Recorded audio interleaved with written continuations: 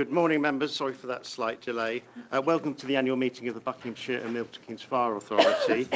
This meeting is being video and audio recorded, and the recording will be uploaded to the authority's YouTube channel. The first item of business is to elect a chair for 26-27, and it falls... Yeah. Sorry. Turn the volume up might be necessary. Could you check? The first rule of chairing is to get the mic wrong. The first item of business is to elect a chair for 26-27. It falls to me as the monitoring officer to preside over that election. May I have a nomination for the position of chair for 26-27?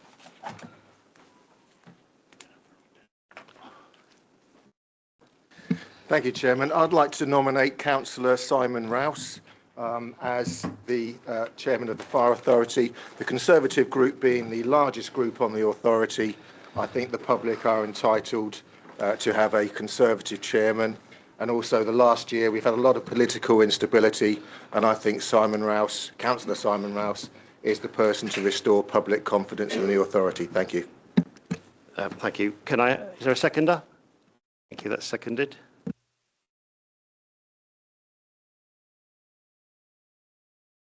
Are there any other nominations?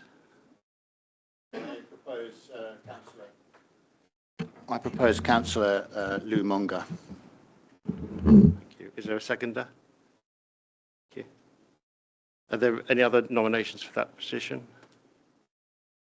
There being none, we will proceed to a vote to elect the chair. If I can ask for a show of hands, if I read the names in alphabetical order. Those in favour of Councillor Munger?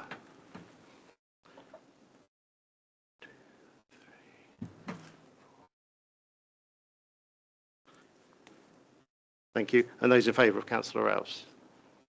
1, 2, 3, 4. Thank you. Councillor Munger is elected as chair. Thank you.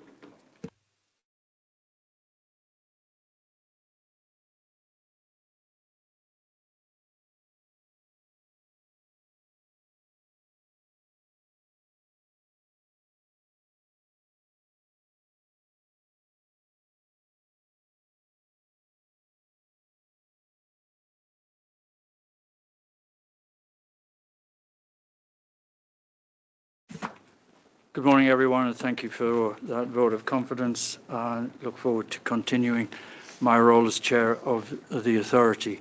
The first business for me is the appointment of a vice chair. So from the chair, I would like to nominate Councillor Ansar Hussain as vice chairman. Councillor Rouse. Thank you. I'd like to propose Councillor Peter Geary for Vice Chair, welcoming to the authority as a Milton Keynes councillor, and he has deep roots in the fire service, so delighted he's on the committee and he's my proposed nominee for Vice Chairman.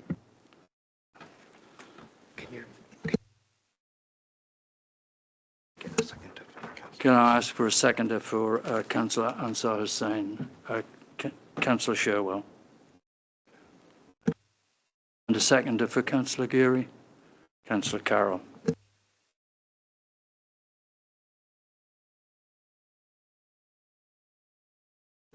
Are there any further nominations for Vice Chair?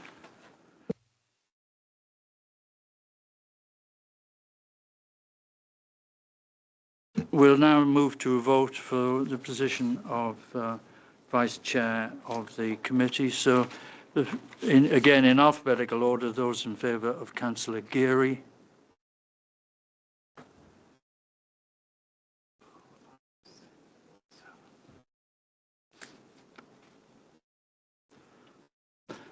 Thank you.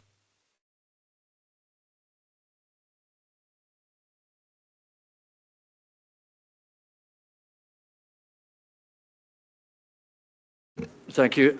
Councillor Hussain is elected. So thank you.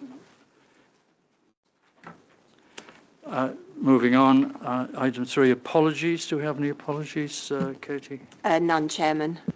And then moving to the minutes of the previous meeting, to sign as a correct record.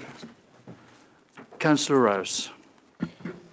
Thank you, Chairman. And I'm sorry that we're having to start the new season of the Fire Authority this way, but I just want to raise some serious concerns over the minutes that were tabled of the extraordinary meeting held on the 18th of March. For those that haven't read them, we have, for the first time that I've ever seen, verbatim minutes. And they're verbatim minutes that name members.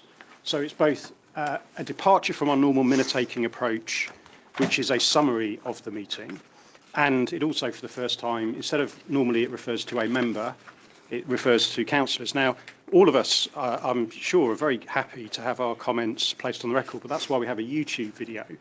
It's not the way that minutes should be done. And of course, the risk with verbatim minutes is they have to be 100% verbatim to be accurate. And you know, depending on how this proposal I'm about to set out goes, there are a number of areas in the minutes of errors and gaps in the recording of what was discussed that therefore happened. And I have to say, I think it's an extraordinary task to have given an officer to have written verbatim minutes. And I think there were probably better ways that we could have used officer time.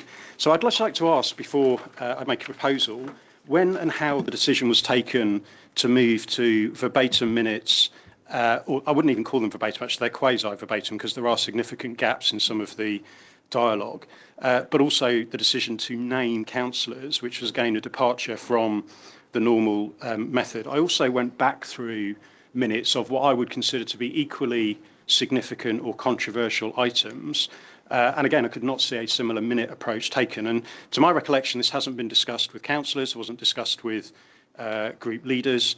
So I'd just like to understand where and how was the decision taken.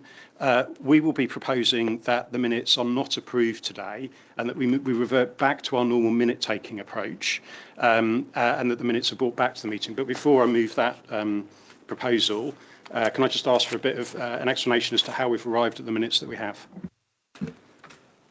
Thank you, Councillor Rouse. My understanding is that we have indeed had minutes in this format in the past. I can't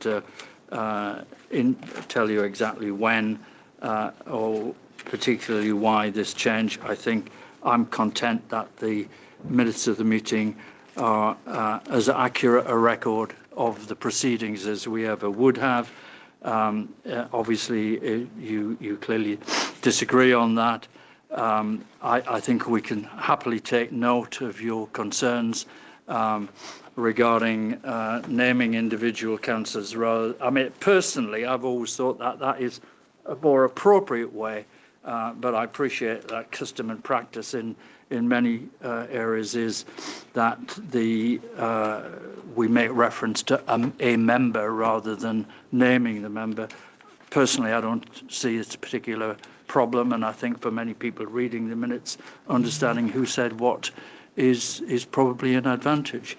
I don't have a problem, and to that end, the item on the agenda is for factual accuracy only, and therefore to that end, I invite members to note. Mr. Chairman, can I just correct you? The item on the agenda is to approve and sign as a correct record. I've made clear that we are not prepared to approve the minutes in this format. I'm afraid there are no examples that I could see. I'm very welcome to be shown examples of where we've taken verbatim minutes, but quasi-verbatim minutes like this. Again, I've no issue with us naming members, but that is not the custom and format that we've used, and therefore understanding why a decision was taken to depart from it for this specific extraordinary meeting. Is this now the standing approach that will be used at the Fire Authority for minute taking? And just to place on record, I would like to propose that we do not approve these minutes. Well, the answer, first of all, to your question is no, there's been no decision regarding that format of meetings. I think it might be helpful if between us we agreed of going forward the format in which the minutes should be presented, and I'm sure we can do that in consultation with the legal director and monitoring officer, and with Katie, who bears the responsibility of delivering the actual minute. That said, if you wish to move that the minutes are not approved, then obviously you're free to do so. and I'll leave it at that. So can I just clarify? So I do want to propose that. As I say, I think officers have done, quite frankly, an extraordinary job in trying to do verbatim minutes. This is not about officers. I don't think their time should have been wasted on it. I do, however, have factual accuracy issues also associated with the minutes. Do you want me to raise those prior to us deciding whether to approve or not, or do you want me doing it after we've done that?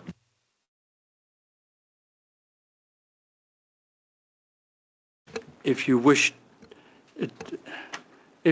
to raise factual accuracy issues, then please do so, as would be the case in any review of the minutes of a previous meeting. Thank you, Chairman. And I'll be honest, Chairman, I have only been able to take a small number of these because I didn't have the time to sit through several hours of a YouTube video to make sure that everybody's individual contributions were being accurately reflected. That clearly sits on individual members. But if I can turn you to page 25 of the minutes, the third paragraph, at the bottom of the third paragraph, it states, could the Chief Forester again clarify why her view was that was a strong response? There is a double use of was there that needs removing. A strong response from the public, that should read staff. Because I was, of course, referring in that item to the small number, in my view, small percentage of staff that had replied. In the next paragraph... Just a second, because we can't find the one you're referring to. Just 25 on my pack. Councillor Rouse advised that nowhere in the CRMP does it say the service does not need those on-call fire engines, is the paragraph. And at the bottom of that paragraph, could the Chief Forester again clarify why her view was that was a strong response from the public? It should read staff. And there's I would argue, an erroneous was, or additional was needed. Second full paragraph, yeah. Seems to be some difference in error.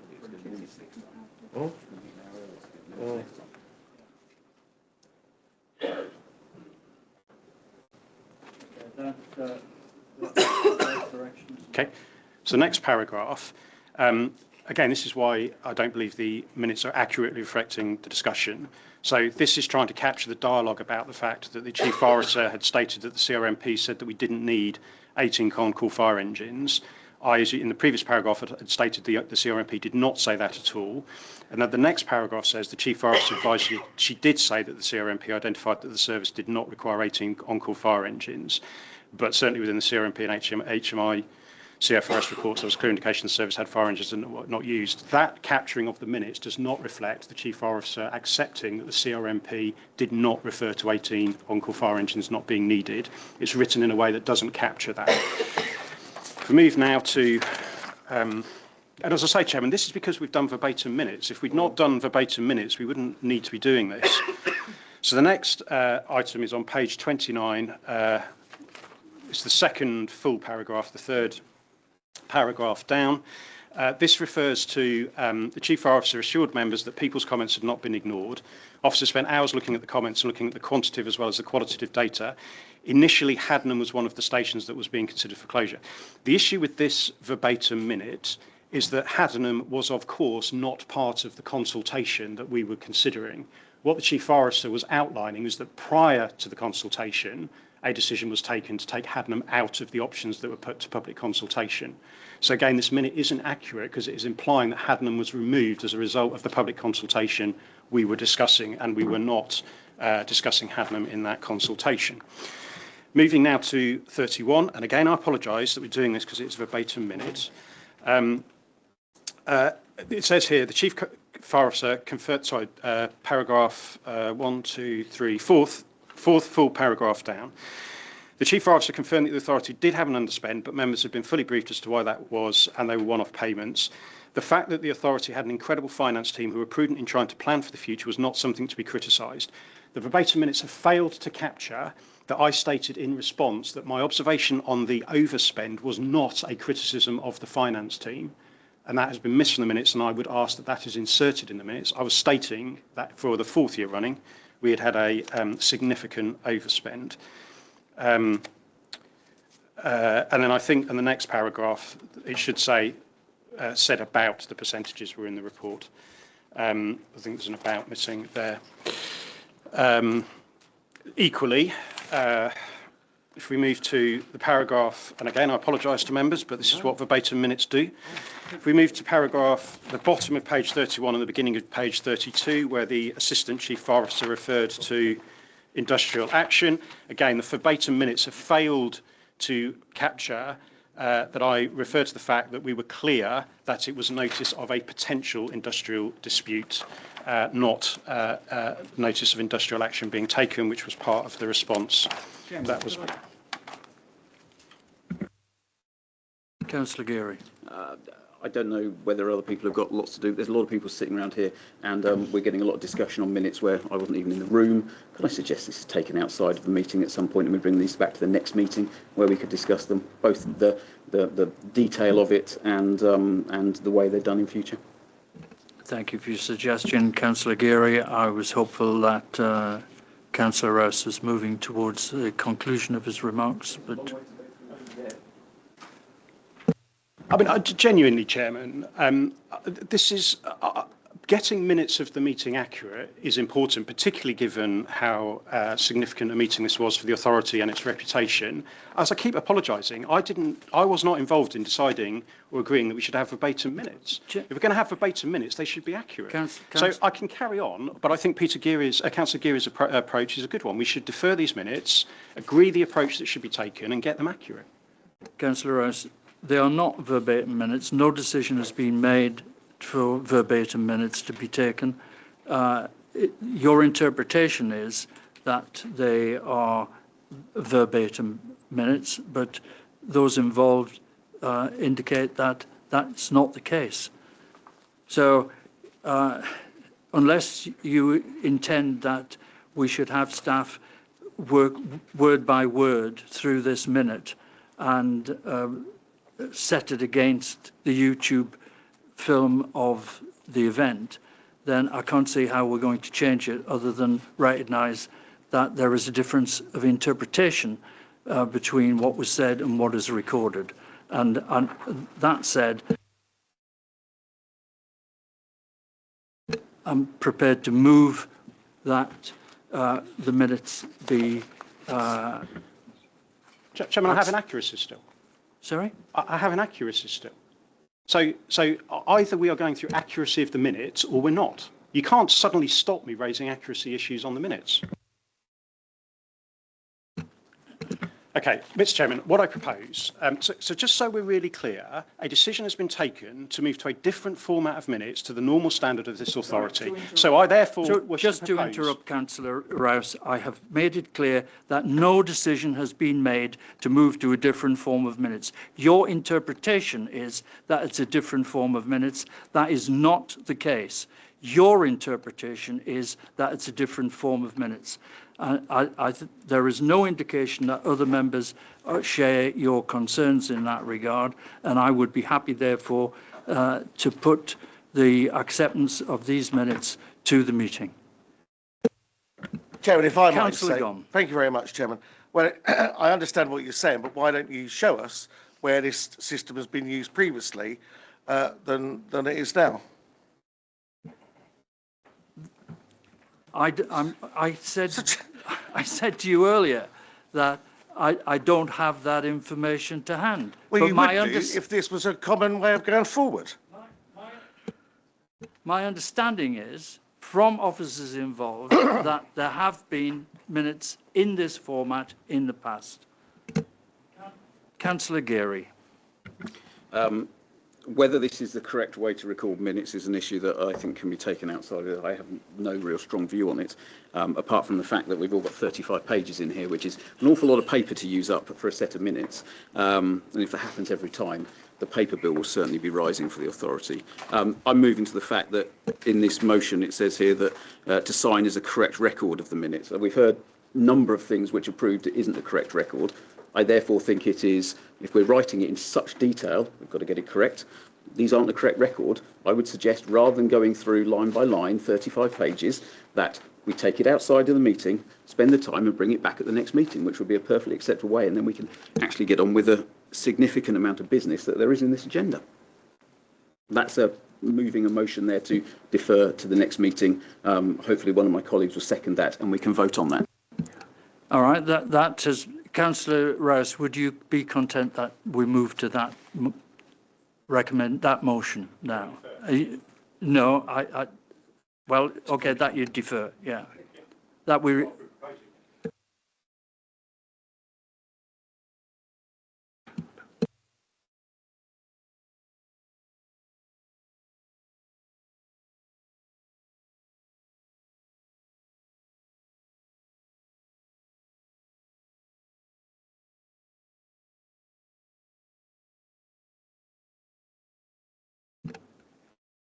Councillor Stutchbury, just if this is to the motion, then fine. No, in brief, I think for clarity, I think it's always useful. The minutes are the property of the clerk, I believe, of the meeting. We don't write minutes. Recollection that it was quite a long, challenging and let's say politically charged meeting. My view would be that officers have tried to reflect that within the content. I think it's the accuracy of the decisions, which is the important part of the meeting, is accurate. The decisions were as verse. We could all, at any one point in our life, find things that we disagree with in contents of anything. I do think that it's using up good will and energy where it doesn't need to be used, and it would be much easier to move this forward to a conclusion than a verbatim whatever, because we are in a position where we can discuss this and say what we do and don't think about something, where officers are not in that position, and I don't think that's fair. So I hope we can move to a sensible way forward quickly and have a vote on one thing and the other and conclude this and get on with the other business of the meeting, which I should imagine was what we came to do. Thank you for your contribution, Councillor Stutchbury. We will then move to a vote on the motion by Councillor Geary as seconded by Councillor Rouse. For the benefit of those voting, Councillor Geary, can you reiterate again for the benefit of the clerk your proposal?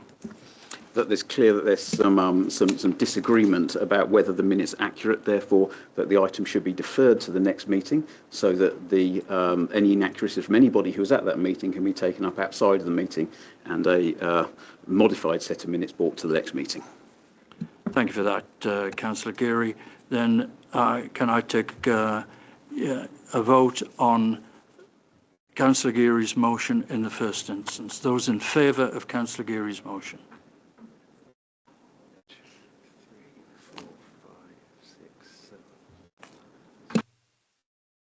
And those against Councillor Geary's motion?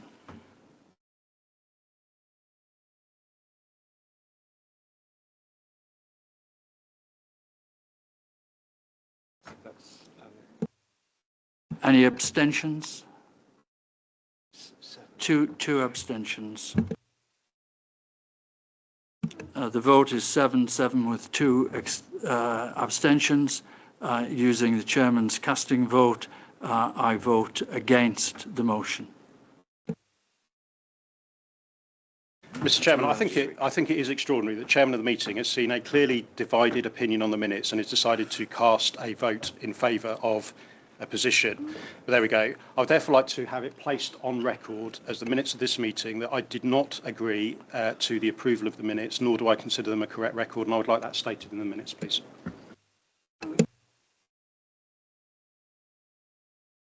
Moving forward, can we now take a vote on those in favour of accepting the minutes as presented? Councillor Wilson. Yeah. Could I just get clarification from Mr. Britton as Director of Legal and Governance in terms of some of the questions that have been asked with regard to process and also consequences of the approval or non-approval? Thank you. Sorry, I've got my hand up, but I haven't been called, so if I may... Sorry, I hadn't seen you, Councillor Adam. My apologies. That's all right, Chair. Just as a follow-on, because that was going to be my question on the legality and to get clarification. But in addition to that, inaccuracies have been raised. How are we addressing that? How is that going to be done? I would like to know the inaccuracies being raised. How does that sit? I invite Graham Britton, the Director of Legal and Monitoring Officer, to respond. Sorry. Thank you, Chair. Thank you for the question. So if the vote is put that the minutes are approved as a true record of the meeting, if that is put and it's passed, then that's passed. If it isn't passed, then they'll be left unapproved. Oh.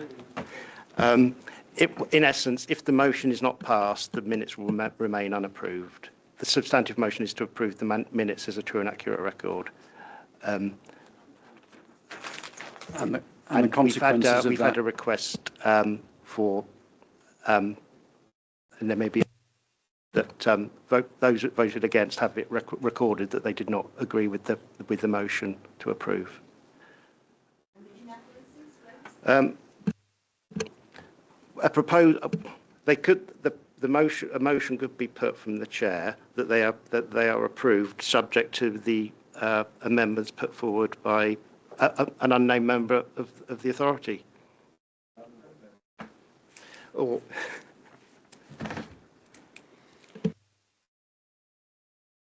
Councillor Wilson. Yeah, I wanted to get an answer to the question in terms of just hearing from Mr. Britton. Is this a change of policy in terms of minutes? And what are the consequences of not approving the minutes today? Sorry, in terms of the process, that was an officer decision. There was no involvement from the chair. They were produced, circulated to officers, and then put forward.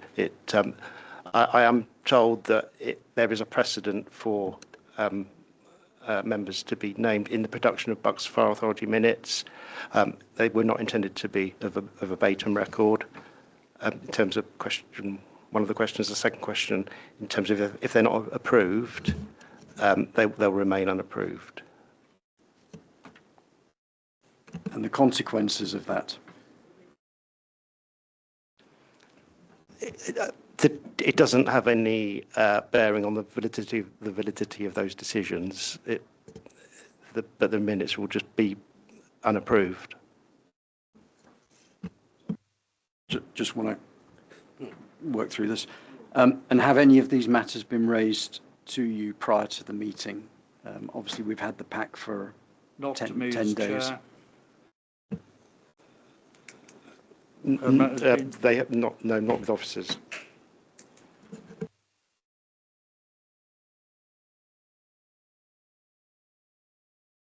Of course. So your exact phrase was, "I have been told there was a precedent." Sorry, who told you there was a precedent? Have your minutes ever been done in this format during your tenure? I've got a terrible memory. I don't recall it, but Katie Ellis told me. Yeah. Okay. Separately then, I'd like to just pick that up separately as to where, because I've been through previous minutes, can't find any examples of this. So I'll pick that up with you separately.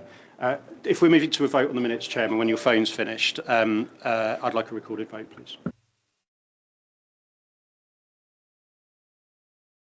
Thank you.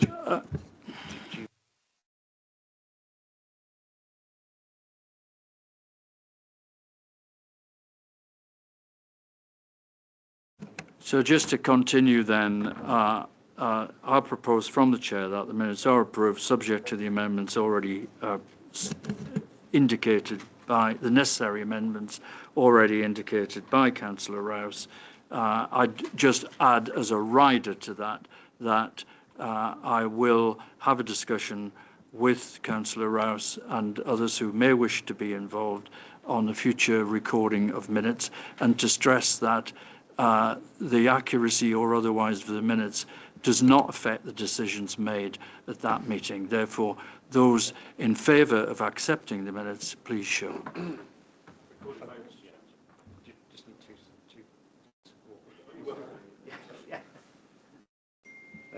The proposal is that the minutes be approved subject to the amendments already indicated by Councillor Rouse. If I take a roll call by surname, alphabetical order, when your name's called, please indicate if you're for, against or abstain. And this is to approve the minutes. Ado?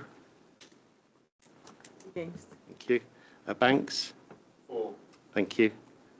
Carroll? Against. Thank you. Exxon? Thank you. Geary? Thank you. Gom? Against. Thank you. Hall? Against. Thank you. Hughes? Abstention. Thank you. Ansar Hussain? For. Thank you. Hussain OBE? Yes. Thank you. Nickname Hussain? For. Thank you. Khan?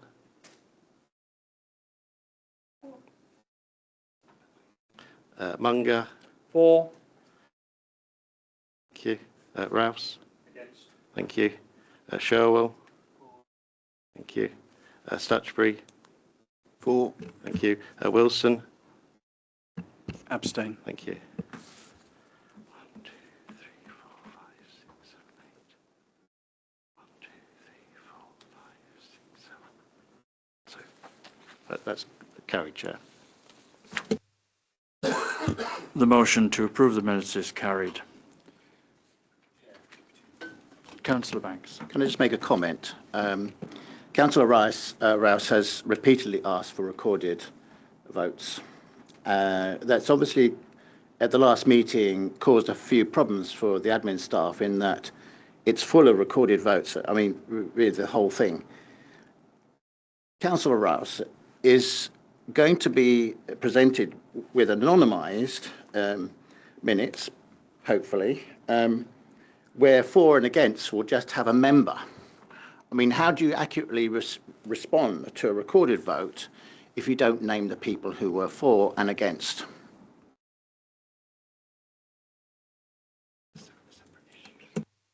You comment. I note your comments, Councillor Banks, but it's not a matter for this meeting.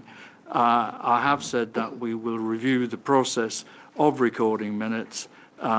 All members will have the opportunity to input to that. In particular, I'll discuss it with Councillor Rouse, and we'll move forward from that. I'd now like to move on with the meeting, and to that end, just briefly cover matters arising from the minutes. On FA 6.5, public consultation shaping the future of on-call service and operational independence for the Chief Fire Officer. Following a request, hard copies of documents given to members on the day of the meeting would be added to the website after the meeting so that they could be seen by the public. The Deputy Chief Fire Officer advised that this had been done. Just clarify where we can find these matters arising action numbers, because I can't find them, just so I can track what you're saying as you're saying it. Sorry.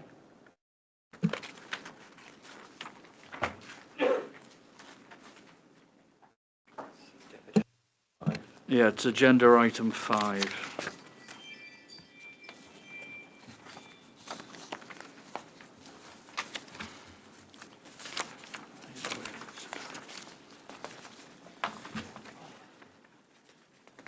But what?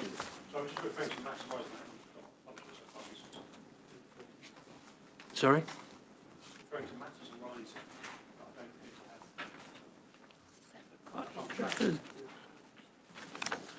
I assume these are matters arising from the minutes that we've just discussed.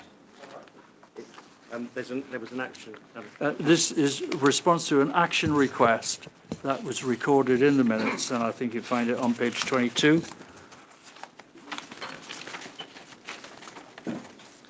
And the Chief, there was a request for hard copies, yes, okay. And I'm advising you that that had been taken care of. So if we can move on further. We'll move to item 6, disclosure of interests. Do any members have any interest to declare other than those already recorded on your local authority websites and to this authority? No? Then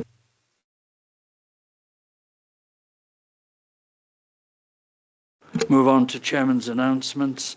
This is the first opportunity I've had since being re-elected as Chair to welcome the new members, Councillor Hussain, Councillor Khan, Councillor Geary. You're more than welcome, and we look forward to your involvement with the meeting.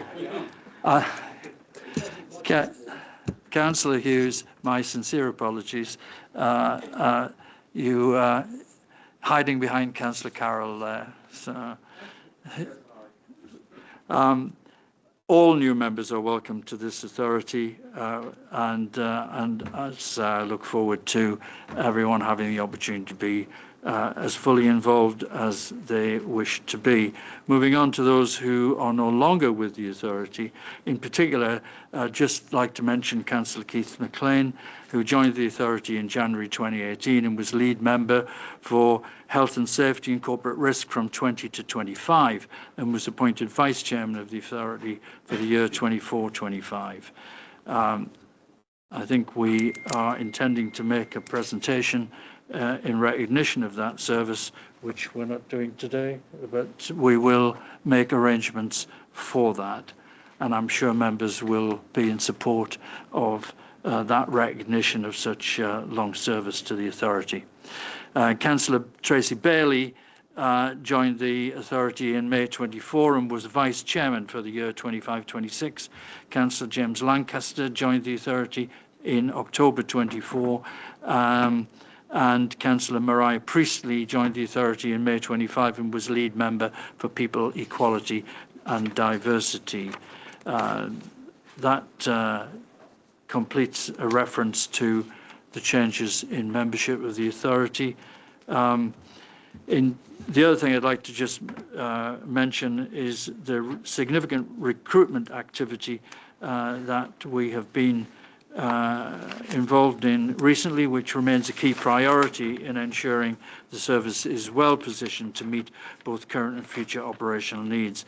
We're making good progress with whole-time apprentice recruitment campaign. There's been strong interest with a high volume of applications. Alongside this, we've been actively engaging with prospective candidates through a series of have-a-go sessions held across the county. These events have been very well attended and extremely well received, providing us with a valuable opportunity to showcase the service while also supporting individuals through the early stages of the process. Over the coming months, we will continue to move candidates through the various stages of assessment with the aim of appointing a new cohort of apprentices early next year. In parallel, we're also progressing recruitment of whole-time transferees, and I must say I compliment the team on the way that has been promoted. I think it's been an excellent series of interactions on social media with regard to that. Interest in this pathway has been very encouraging, and we will shortly begin the next stages of that process with the intention of making several appointments later this year across a range of roles. Taken together, this activity reflects a steady and proactive approach to workforce planning, ensuring we maintain a capable, resilient and future-ready service. That completes my announcements. Moving on then to item 8, petitions. Katie? None, Chairman. And item 9, questions to the authority. None, Chairman. Thank you very much. Moving then to item 10, membership of the authority. Mr. Britton. Thank you, Chair. This is an item for noting, and it's set out on page 5 of the agenda pack. It sets out and confirms the appointments made from Buckinghamshire Council and Milton Keynes City Council proportionate to their respective electorates.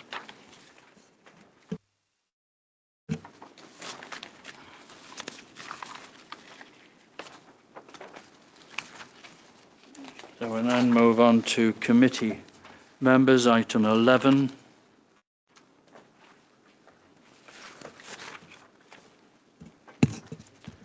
Mr. Britton. Thank you, Chair. It's divided into three parts, A, B and C. The first is part A, setting out the proportionality and the calculations for proportionality. Part B is for members to be appointed onto the Executive Committee and Overview Audit Committee, and where they are members of groups, that will be done in accordance with the group leaders' wishes. The group leaders' wishes have been notified to me, so I'm happy to read those into the record, Chair. Thank you, if you would. Onto the Executive Committee for the Liberal Democrats, Councillors Munger and Nicknam Hussain, and onto the Overview and Audit Committee, Councillors Banks, Exon and Sherwell. From the Labour Group, appointed onto the Executive Committee, Councillor Khan, and onto the Overview and Audit Committee, Ansar Hussain, and for the Conservative Group, appointed onto the Executive Committee, Councillors Rouse, Hall and Geary, and onto the Overview and Audit Committee, Carroll, Hussain, OBE, Ado and Gom. Chair, thank you. Thank you. Sorry. That covers the situation with regard to group members. Councillor Rouse, you have a question. Sorry, Chairman. Sorry, I missed. Ungrouped members. I'm just about to come to that. Thanks, Mr. Chairman. Okay. So it falls to me as chair to ask for nominations for the ungrouped members to be appointed onto the Executive Committee. So from the chair, for membership of the Executive Committee, Liberal Democrats, 2 places, myself and Councillor Nicknam. Just done that. This is Sorry, I beg your pardon. We've done that. For the ungrouped members, to propose Councillor Stutchbury and Councillor Hughes as ungrouped members for the Executive Committee. We have seconder for those 2 nominations. Councillor Sherwell, seconder. Councillor Rouse. Yes. Councillor Rouse. So can I just clarify with the monitoring officer whether nominees need to accept the nomination?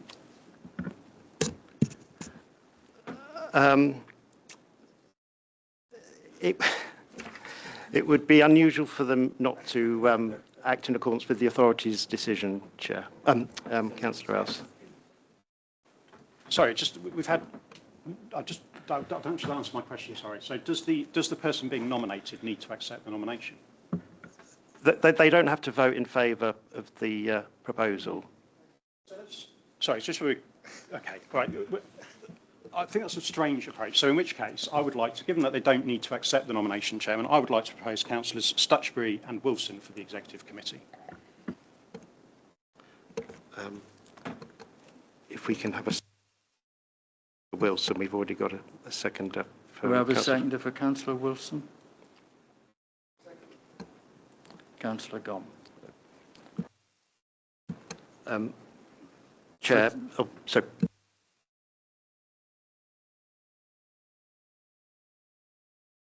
yeah. There are 3 nominations to fill 2 vacancies. In accordance with the standing orders on voting for appointments, the meeting will proceed by filling vacancies sequentially, applying the majority and elimination process for each. That's SO 11.7. The meeting will first elect 1 member. If no member receives more than half of the votes cast, the candidate with the fewest votes will be struck off. So taking those nominations in alphabetical order, Chair. Stutchbury and Wilson. So the first seat to be filled on the Executive Committee, we've got 3 nominations. Councillor Hughes, those in favour of Councillor Hughes being appointed onto the Executive Committee. 1, 2, 3, 4, 5, 6, 7, 8. I'll just count those again, Chair. 1, 2, Please 3, indicate 4, again. 5, 6, 7, 8. No. Chair, that's 9. Thank you. That's more than half the vote, Chair. Okay. Move on then. Second vacancy is Councillor Stutchbury. So second nomination, seconded is Councillor Stutchbury. Councillor Stutchbury, those in favour of Councillor Stutchbury. 1, 2, 3, 4, 5, 6, 7, 8, 9. And Councillor Hughes. Oh, Councillor Hughes. That's 10, Chair. That's Those two vacancies are now filled. That's carried. yeah, and then there will be a formality, Chair, but formally to propose the remaining ungrouped member to sit on the Overview and Audit Committee. Yeah. Sorry, can I just ask a clarification on the monitoring officer? So could you just confirm to me, is where it states that a member can't be on both committees, given we can substitute on committees in the standing orders? Does it say clearly that you cannot sit on both committees? There is a provision in the standing orders that they are mutually exclusive. It might take me a little time just to find that. Yeah, it's provided that they are mutually exclusive, Chair. Yeah. Councillor Rouse. Thank you, Councillor Rouse. So that completes the allocation of members to committees. And the final recommendation, Chair. It is recommended that that authority be delegated to the monitoring officer upon written confirmation of the group leader to vary the nomination on a given committee and to make the appropriate amendments to membership and notify all members and the chairman of the appropriate committee of the change, including variations to nominations by a group leader as a result of any in-year changes to the membership of the authority. It's the final recommendation, Chair. Thank you, Mr. Britton.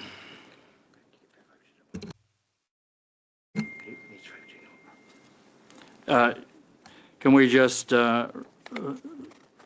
vote to accept the reference in paragraph C, that authority be delegated to the monitoring officer on written confirmation of group leaders regarding any subsequent changes that are required? Those in favour? That's carried. Thank you.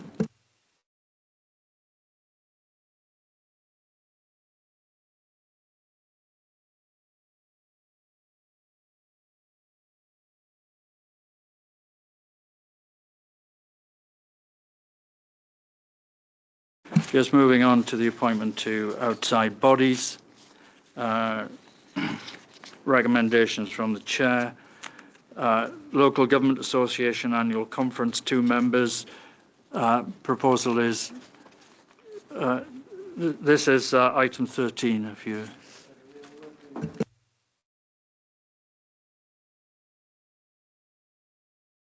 Sorry, note, I put it to the meeting that we note the calendar of meetings. My apologies. Moving on then to item 13, the appointment of representatives to outside bodies. The recommendation from the Chair, myself and Councillor Wilson as reps to the Local Government Association Annual Conference. Have a seconder for that, please. Councillor Stutchbury, thank you. Councillor Rouse. I'd like to propose Councillor Gorman, if somebody can propose me, sorry, because I can't propose myself, to propose me first. Yeah, and I propose Councillor Rouse. Thank you, Councillor Rouse and Councillor Gom. And then we will have a vote. Together. Thanks, Chair. Yeah, as there are 4 nominations to fill 2 vacancies, and again, in accordance with the aforementioned standing orders, we will vote on the nominations in, and we'll take those in surname alphabetical order, Chair. Okay, so we'll do them individually. Local government, have we got nominations? Sorry, we're doing the local government and sorry, the local government annual conference. We've got GOM, Munger, Rouse and Wilson. Okay. So take a vote for those in favour of Councillor Gom. Those in favour of Councillor Gom? 1, 2, 3. You can vote for yourself. 1, 2, 3, 4, 5, 6, 7. That's 7. Councillor Munger. 2, 3, 4, 5, 6, 7, 8, 9. Thank you, Chair. Councillor Munger has more than half. Councillor Rouse. 1, 2, 3, 4, 5. Just 5. Okay. I make that 5. Councillor Wilson. 1, 2, 3, 4, 5, 6. Yep. Councillor Munger and Councillor Wilson are appointed to those 2 positions at the Local Government Association Annual Conference. Thank you. Moving on to item B, Local Government Association Fire Commission. Proposal is myself, Councillor Munger, plus as standing deputy, Councillor Ansar Hussain. Is that seconded? Councillor Stutchbury, thank you. Any other nominations? Yeah. Can I propose Councillor Peter Geary?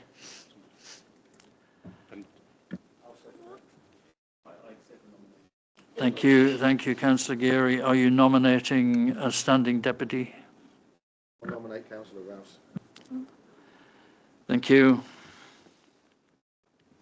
So we'll take a vote on those 4 positions for those 2 places. First, Councillor Geary. This is for rep to the Local Government Association Fire Conference. 1, 2, 3, 4, 5. Sorry, it was Geary, Munger, Rouse. I was saying. That's it. This is to appoint. The next one is Councillor Ansar Hussain. All those in favour of appointing Councillor Ansar Hussain.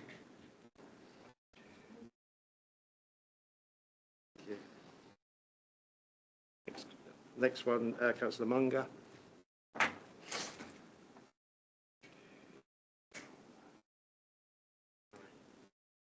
And Councillor Rouse. This is voting for Councillor Rouse to be appointed. Standing deputy. The 2 appointees are Councillor Munger and Councillor Ansar Hussain.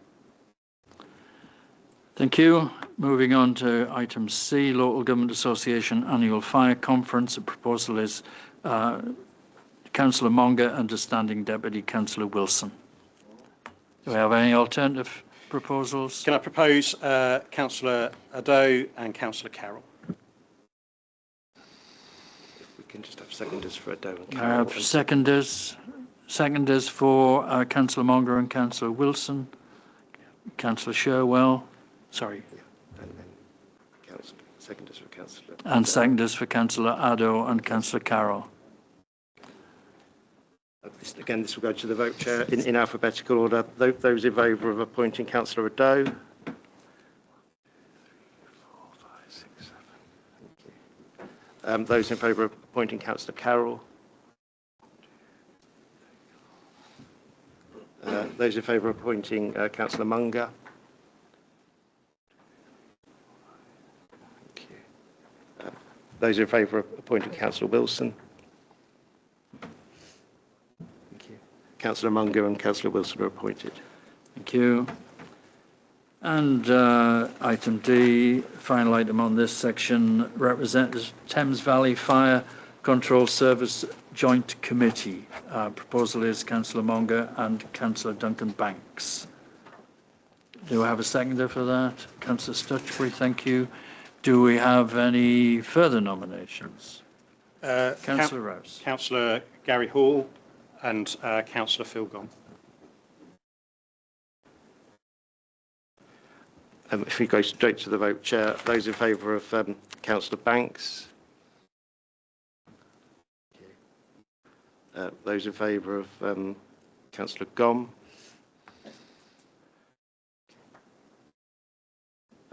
Those in favour of Councillor Hall?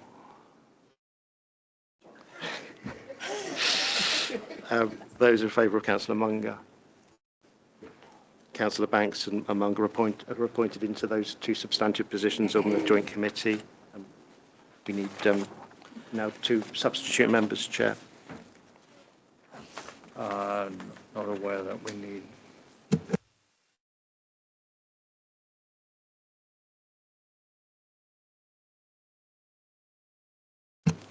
Substitute members for Thames Valley Fire Control Joint Committee.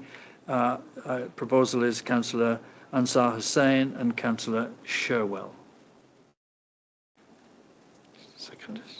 Any further nominations? Sorry, I should have asked, are they seconded?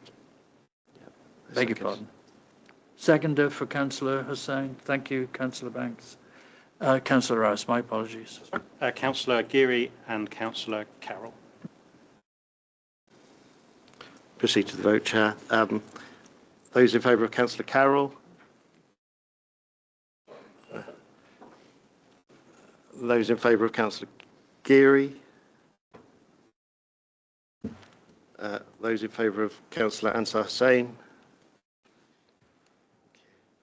Those in favour of Councillor Sherwell? Thank you. Councillor Ansar Hussain and Councillor Sherwell are appointed, Chair. Thank you.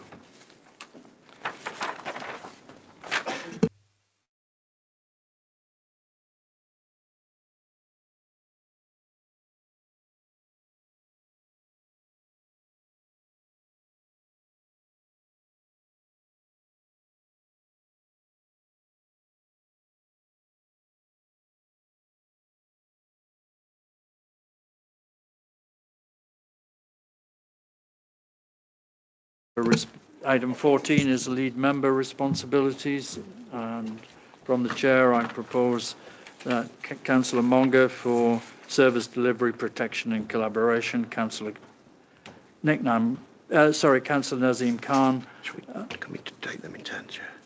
Okay, sorry, being asked if we can take them in turn. Do we have any further nominations? Sorry, do we want to do nominations now? Sorry? We're looking for nominations for lead member positions, Councillor Rouse. Okay, I'm not sure we've ever voted on these previously. That's fine. Okay, I'll propose Councillor Hall for service delivery and protection and collaboration. We're doing all of them. Would you mind if you take the... Which is the first one, sorry? I'm still trying to find the standing order you're referring to, so apologies if I'm distracted. Which one are we doing? Service delivery, protection and collaboration. They're on a table on Yes, page fine, let's do 9. that. I propose Councillor Gary Hall. Can we have a seconder? Yeah, thank you. And a seconder for Councillor Munger. And a seconder for Councillor Monger, Councillor Banks. Right. So we'll vote taking those in alphabetical order. Those in favour of Councillor Hall? Okay, thank you. Those in favour of Councillor Munger? Thank you. Councillor Munger is appointed into that lead member role. I'll move on to the second, the lead member for People, Equality and Diversity. From the chair, I propose Councillor Nazim Khan. A seconder for that, please. Councillor Sherwell. Councillor Hussain. Councillor Rouse. Councillor Rouse, yes. I'd like to propose Councillor Peter Geary. You have a seconder for that, Councillor Geary? Councillor Hall. So taking those in order, Councillor Geary, those in favour? Thank you. Those for Councillor Khan? Councillor Khan is appointed to the position of People, Equality, Diversity and Assurance. Thank you. Moving on to the lead member for Finance and Assets, Information Security and IT. Proposal from the chair is Councillor Nicknam Hussain. Do we have a seconder? Councillor Banks. Any other nominations? Councillor Hall. Chairman, I'd like to propose Councillor Simon Rouse. Councillor Rouse. And a seconder for that? Councillor Geary. Thank you. Any other nominations? Any other nominations? So proceed to the vote, Chair. Those in favour of Nicknam Hussain?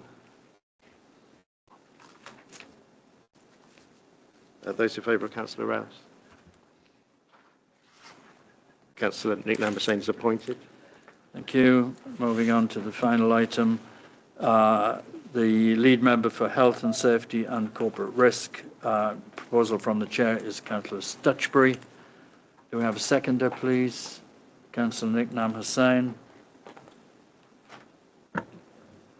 Councillor Hall.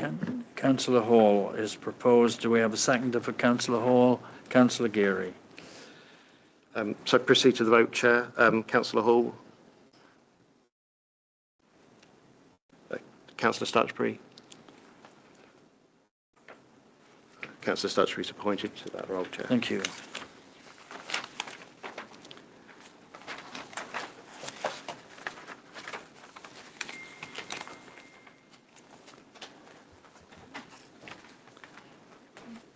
We now move on to item 15, moving to the substantive part of the meeting. Item 15.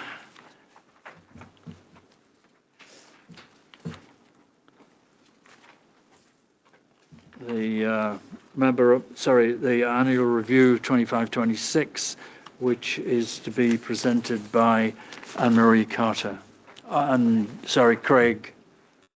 Well, I do have two separate notes. One says Anne-Marie Carter and the other says Craig Newman. Craig is actually, I think it is noticeable there is a slight difference between the two of you. I invite Craig to present this report. Thank you. I was going to say good morning, but I'll say good afternoon instead. This report is the Services Annual Review for 25-26, covering the period from the 1st of April 25 to 31st of March 2026. It's the first time we've brought an annual review to the members in this format. It's also the first year review delivery against our Community Risk Management Plan 25 to 30.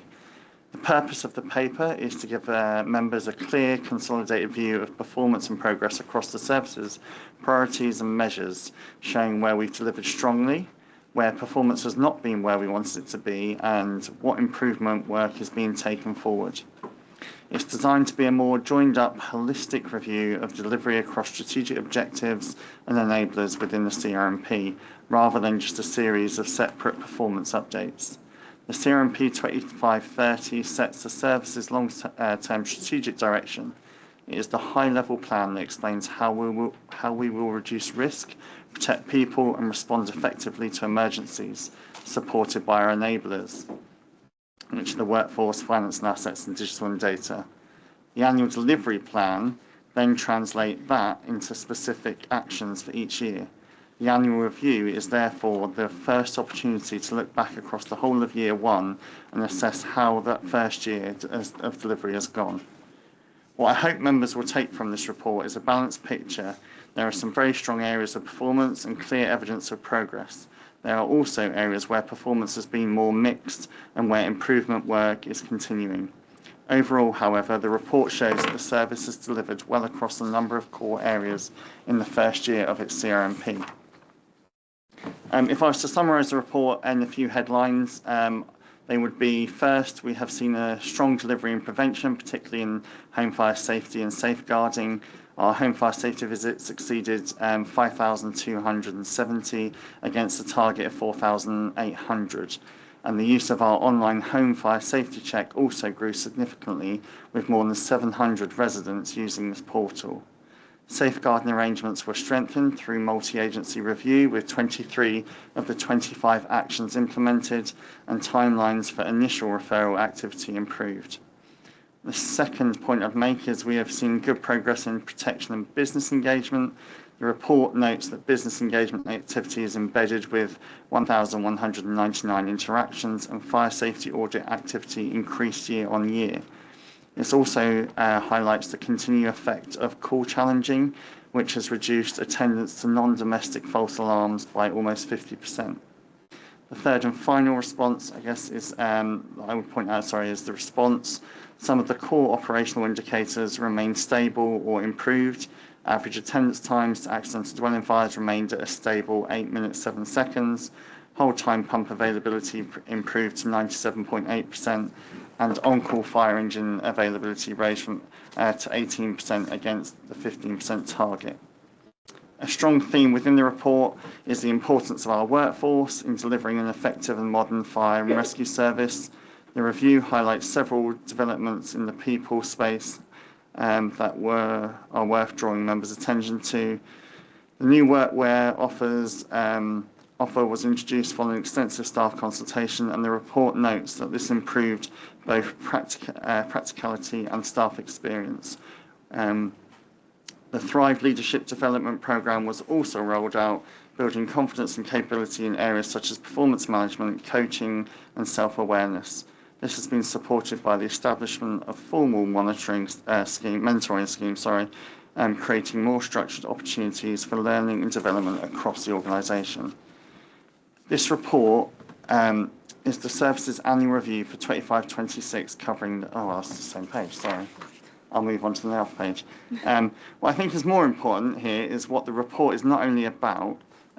It's not only about incident activity performance, it also shows the service is investing in its people. This is essential if we are serious about being an excellent, modern and agile service.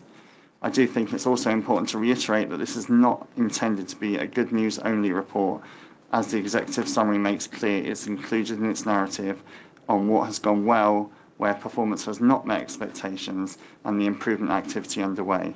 That balance is important because it means the report is useful to members as a governance document, not simply a communication document.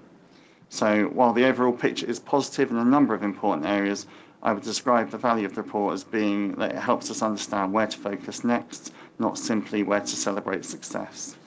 That is particularly important for the context of the CRMP because it's a 5-year plan and year 1 should be used to inform year 2 and beyond. With that all being said, I'll open it up to questions.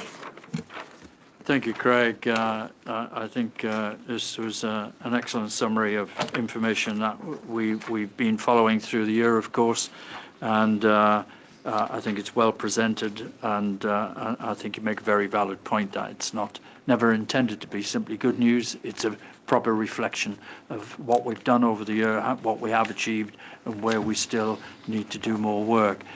Councillor Stutchbury, you have a question.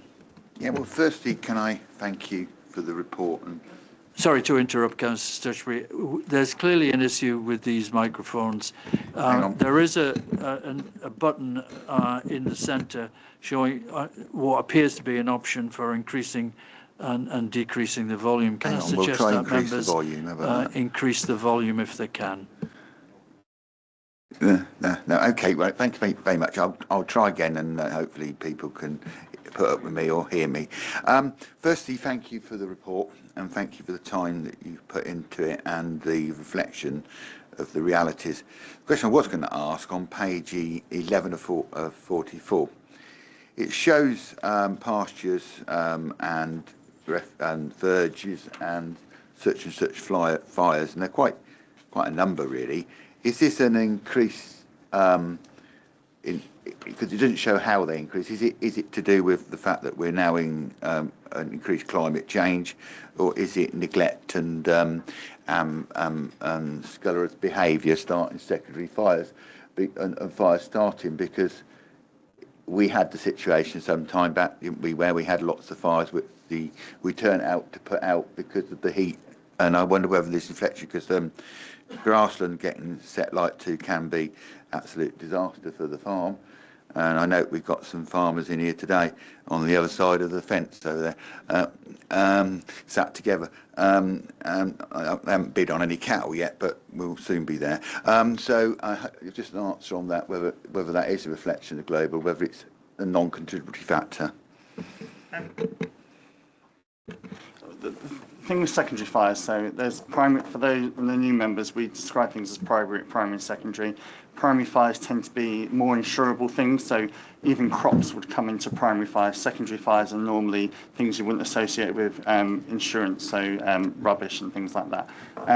The secondary fires tend to be influenced a lot by our weather, so we have long, dry, hot periods and people are out in the public, children's summer holidays, school holidays, things like that. It does influence it quite a lot. I couldn't tell you the cause. All I can tell you is we sit very comfortably nationally in the picture of secondary fires. We have a lot less than other services. So while you might see peaks and troughs, and some of the peaks tend to come with the hot and dry weather, and we do sit comfortably nationally. So we tend to monitor ourselves against ourselves for that reason, because and not against nationally, because we sit quite well.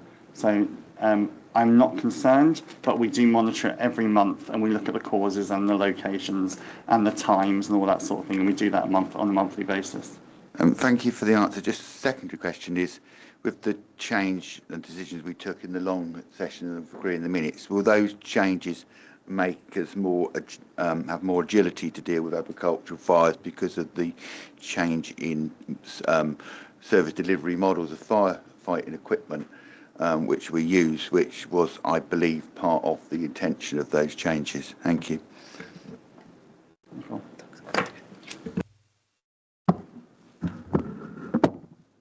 Thanks, Councillor. I was struggling a little bit to hear the detail, but I think I got the gist of it. And I think the question was, do we think that the recently Fire Authority approved decisions will enhance our resilience and capability to deal with perhaps changing climate, perhaps changing incident risk profile? Was that the question, essentially? Absolutely, yeah. Great. Well, certainly that's our anticipation and our expectation.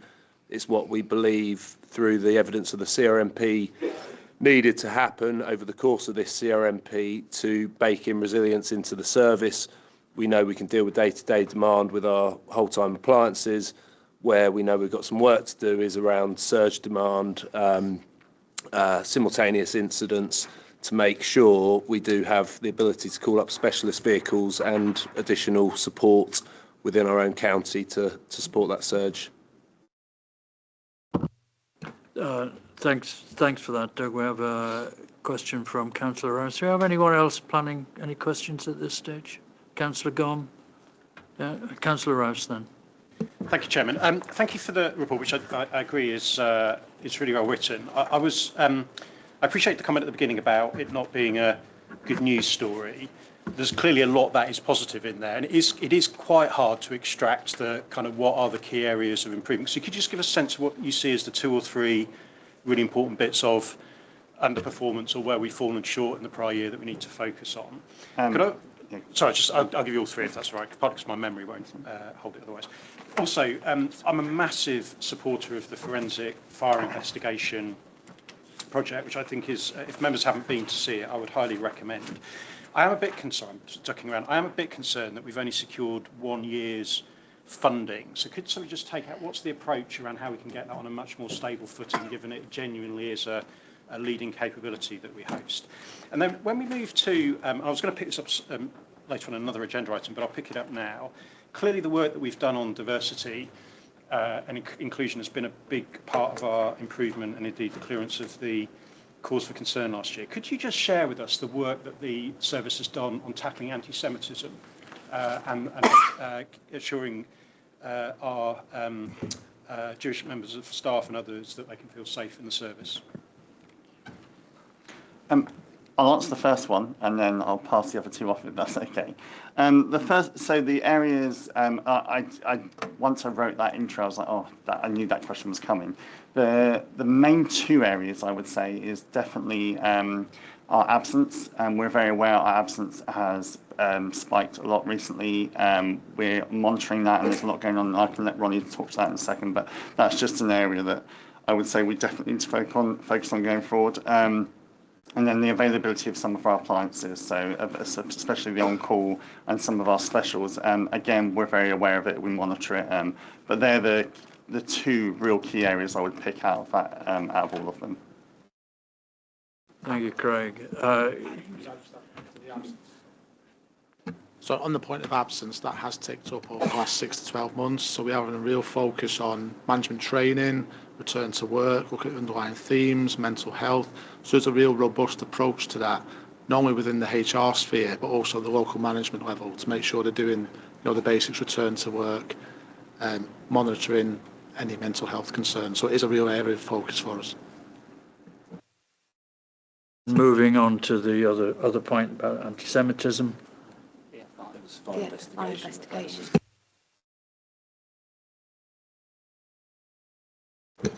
Hopefully you can all hear me okay. We're kind of sharing one microphone between three down here. But just to answer the question around the Forensic Fire Investigation Unit. So we are in regular conversations with both TVP and our 2 other fire and rescue services around how we fund that and how we support that moving forward. There is a long-term commitment in order for us to have both our Tier 2 fire investigation and forensic fire investigation all under a single Thames Valley fire investigation unit. One of the challenges that we've got in terms of how we continue that project and move that into BAU business as usual, is that the regulator's code is still yet to be confirmed. So we've got a new regulator that's come in, and there were some discussions whether it was going to go forward with what version of the code was going to be in there and exactly understanding what the milestones were to be achieved in order for us to be fully compliant. We've got some relatively good assurance that that's moving in a direction where we can meet compliance by 2030. We just want absolute confidence and confirmation in terms of what that journey looks like in order for us this year to then build that long-term plan for future funding and kind of exactly what the model looks like in terms of how we resource a unit and how we sustain it. But it is a positive news story, and I do echo your comments that I welcome any member to come down and meet the team because the work they do is incredible. Thank you, Adam. It's appreciated. Simon Tuffley will respond on the other point. Thank you. Good morning, everyone. Yeah, so in terms of the anti-Semitism question, we are tuned into security briefings which are happening regularly. We've also been engaging with the National Fire Chiefs Council in terms of making sure that we've got a consistent response. We have set up some threat level meetings internally as well, where we're kind of managing that closely. And I know that crews have been out individually to some of the synagogues, particularly in Milton Keynes, to offer advice and support and make sure that we've got good risk information in terms of protecting those areas. We're also planning, we do regular reassurance to staff anyway, but I think we were planning a separate briefing for staff as well to give some internal support if and where it's required. Any further questions, Councillor Hall? Yeah, thanks, Chairman. Just in relation to that, I think, given the events of the last few months and particularly this week, I think it's really important that the service focuses on those communities that are particularly vulnerable. I have Jewish relatives and we have a substantial Jewish population in this county, and I don't want anyone within our county to feel that they are particularly vulnerable or that the service sees them as a lesser person than everybody else. I think it's very, very important. I think that should relate also to the Fire Authority, Chairman, as well as the fire service. I have to agree with you, Councillor Hall, in every respect. I have to say that persons' ethnicity, religious persuasion, or any other personal factor is not what I judge them by. I judge them by the contribution that they make to the environment that they're in. The Chief Fire Officer would like to add to that. It was just, I guess, for reassurance for members, really. We have a post and pre-weekend meeting every week going into the weekend, and we have our National Intelligence Liaison Officers that sit on those meetings, and we do look at, obviously, current events. So clearly the tragic murder of the young boy by a Sikh perpetrator we've also looked at. So we do consider the diversity in the range of our communities and look to see what we can do. Sometimes we take the advice from NFCC and what's happening nationally in terms of threat levels. There is a balance, you'll appreciate, of wanting to provide that reassurance but not instill worry. into our communities. But definitely, certainly, the current risk and the raised threat level around anti-Semitism, we are tracking closely, but we are also tracking any other issues that are happening either nationally or locally that may affect or impact our community reassurance. Thank you. You wanted to come back, Councillor? Yeah, I'm I don't know any stats on the members of the community among the staff, but I'm very keen that staff feel supported by the service. I'm sure they are. Thank you. I think Councillor Gom had a question. Wow. Thank you very much, Chairman. I'd just like to thank Councillor Stutchbury for bringing it up about the rural community, which is always a keen area that I dig into for Buckinghamshire. And Craig, what a fantastic bit of work you've done. Talk about the difference in the climate and the way things are changing. So I just want to take the opportunity, Chairman, that Doug and I were going to lead on we were quite keen to have a meeting. So I'd like to make sure that we could get that done, because I know you were keen. That was my fault. I'm not blaming you by far, because I was busy while we didn't engage. But if we could regroup on that one, because from the work that Craig has done, the farming community would really like to know that in depth. A bit more for me to help translate out to there. And then with the Chief as well, I did ask about the fire engines. So again, if we could sort of collaborate that together, I'd really appreciate that. So thanks for the opportunity just to pick up on that one. Thank you. Thank you, Councillor Gom. It's an opportunity for me to reflect on Sunday just gone, when we had the parade of tractors through North Bucks, and I think the attendance of members of the public shows how strongly they feel in support of the farming community, and that level of support, I'm sure, extends to our officers and members of the fire service. And I thought you drove your tractor really well. I'm glad, Chairman, that thank you for bringing that up, because the Edgecott Winslow Young Farmers with the Aylesbury ones done a fantastic job. 70 tractors were out there, and the community was quite touching, actually, to come out there and see how they appreciated it. But thanks to your support, that wasn't me driving, actually. My granddaughter, no, I won't say. No, seriously, but it was a very good turnout, very good, and thanks for the support as well. Thank you. Do you have any more questions? Councillor Stutchbury. Thank you, Phil, for raising them points. And I think that if you're going to talk to Doug, don't necessarily want to interfere in the conversation, but I do want to know what comes out of that to make sure that we can consider it in the round. I'm a slightly different position than yourself. I was a farm worker, which is a slightly different position in a farming, but you do have an understanding of what goes on in agriculture, and you're on the PYE, aren't you? So it's a slightly different way, but I'm very interested in seeing that that's considered, and got great friends in the agricultural community, and we do need to actually consider that, especially the points made about the global warming, secondary fires, and the risks to the economics of the well-being of farming, because at the moment we must recognise economically with fuel prices and whatever, they're very challenged. So we do need to sort of make sure what crops they get in the ground actually get put into the trailer. Thank you for that input, Councillor Stutchbury. Do we have any further questions for Craig on the report? No? Then the recommendation is that the report be noted. All those in favour? We note the report. Thank you for that. The report is noted.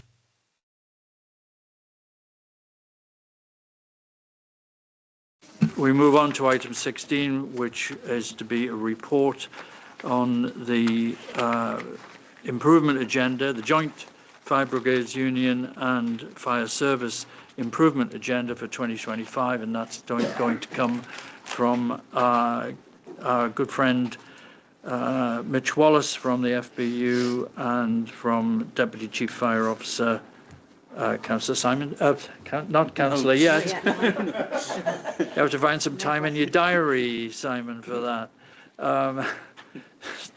Deputy Chief Fire Officer Simon Tuffley. Thank you. Thank you, Chair.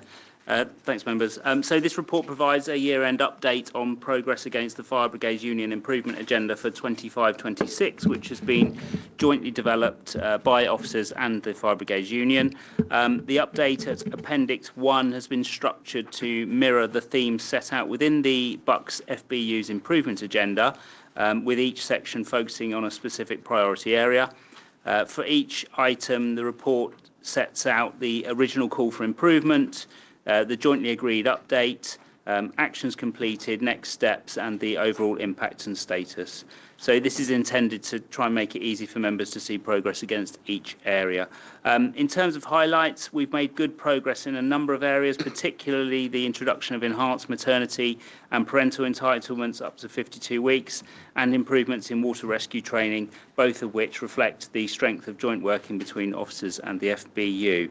Appendix 2 is included for information and sets out last year's agenda, while Appendix 3 looks ahead and outlines the FBU's proposed improvement agenda going forward. So I'm going to hand over to Brigade Secretary Mitch Wallace to introduce that area. Thank you. Thanks, Simon. And I suppose I'd start with saying thanks to the authority for the opportunity to present the update today and allow us to outline what our priorities are going to be going forward. So firstly, I would like to highlight the value of the regular progress meetings that take place between the FBU and the officers within the service. I think these meetings have provided a consistent and constructive forum to review progress, identify any challenges and work collaboratively to find solutions. From the FBU's perspective... Mitch, could you just bring your mic as close as possible? Is it the volume or the accent? Volume. Your accent's fine.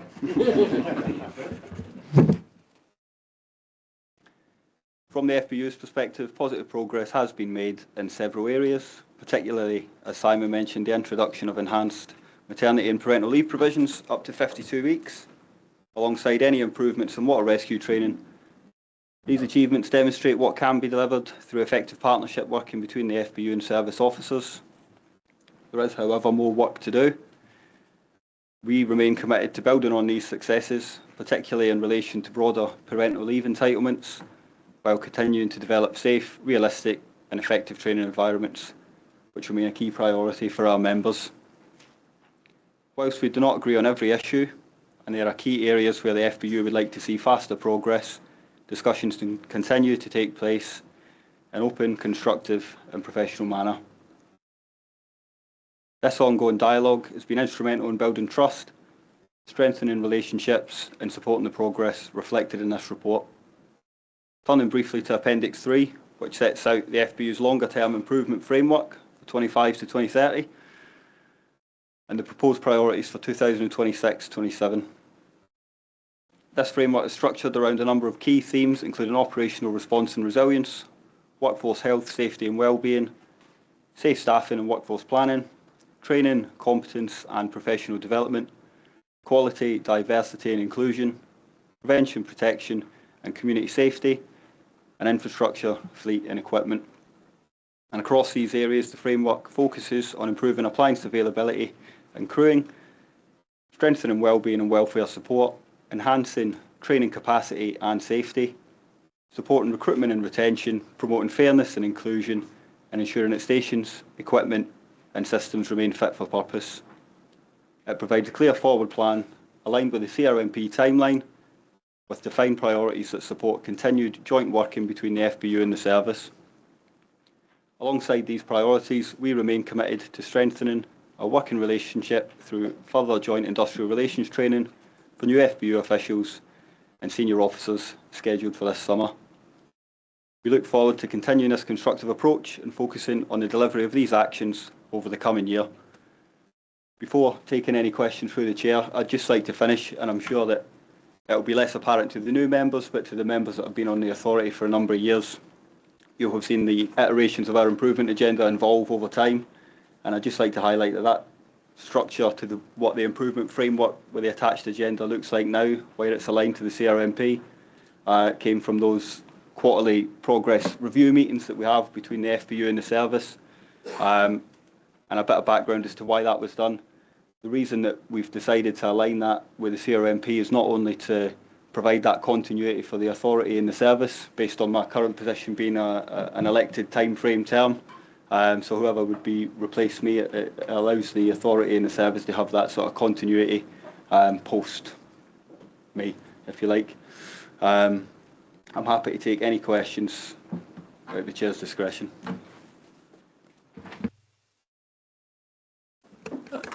Thank you, Mitch. Let's move on to questions then. Councillor Stutchbury, Councillor Rouse, Councillor Sherwell. Any more for now? Councillor Hall. Okay, thank you. That helps going forward. Thank you, and thank you, Mitch, for the update, and thank you for the ongoing work safety and well-being of our firefighters is an ongoing situation. I also thank Simon for working with you on putting some of the aspects in Appendix 1, which I was keen to happen because I was keen that it should be clear to all within the authority, and particularly now relevant because we've fortunately got new and interested members join the authority so they can monitor this going forward and simplify it, because it was difficult with all the paperwork to actually do that, and I think that's a step forward. Now, on the things, Mitch, where you want to go forward, I'm reassured by the fact that you said you're having ongoing meetings and to move matters forward on the new elements of the improvement plan. I think it's nothing's more important than the safety and well-being of our employees and the firefighters at the front line. And I hope that what work Simon's done with you to align this to be clarity, and I'm reassured by your points that you have quarterly meetings, which I think are important. But if you look in the thing and noting the comments made in the previous item, one of the things which you highlighted from the FBU was cultural steering and diversity platforms and stuff to make sure that we got that right. I'm pleased that we're moving on with that, and mental health and inclusion and neurodiversity. I think that it's great that that was identified. As someone who's dyslexic and whatever, I value that input from the union. I think it's something we could take into all our world and our life to make sure, even amongst ourselves, that we respect each other's differences. And I thank you for that. And is there anything particular out of your report that is the one thing that you signals to you which is the high priority item that we need to focus on first? Thank you, Councillor Stutchbury. Councillor Rouse. Oh, sorry. I took it that was a statement rather than a question. Question now. There was a question actually. Not dissimilar to the one I was going to ask. No, you know, because thank you. We can have. Our stop clock moments happened again where we were about to ask the same thing and agree on something. So can I just ask then, so thank you firstly for the report, which I really welcome the fact it's joint authored, and I really appreciate the tone with which it's been written. If you were going to give this fire authority one item where, in your words, you don't feel progress is moving quickly enough, that you want us to ensure we focus our scrutiny, which I do think is aligned to the question as well that Councillor Stutchbury was asking, what would that one item be? I mean, I think from an authority perspective, I agree that it's very difficult to prioritise the list. I think with the direction of travel that the service currently sees itself, before this review took place and before the report was written, I would have prioritised the 52 weeks maternity pay, but obviously I think the authority will agree that that's a really good positive step forward that we've seen within this last year.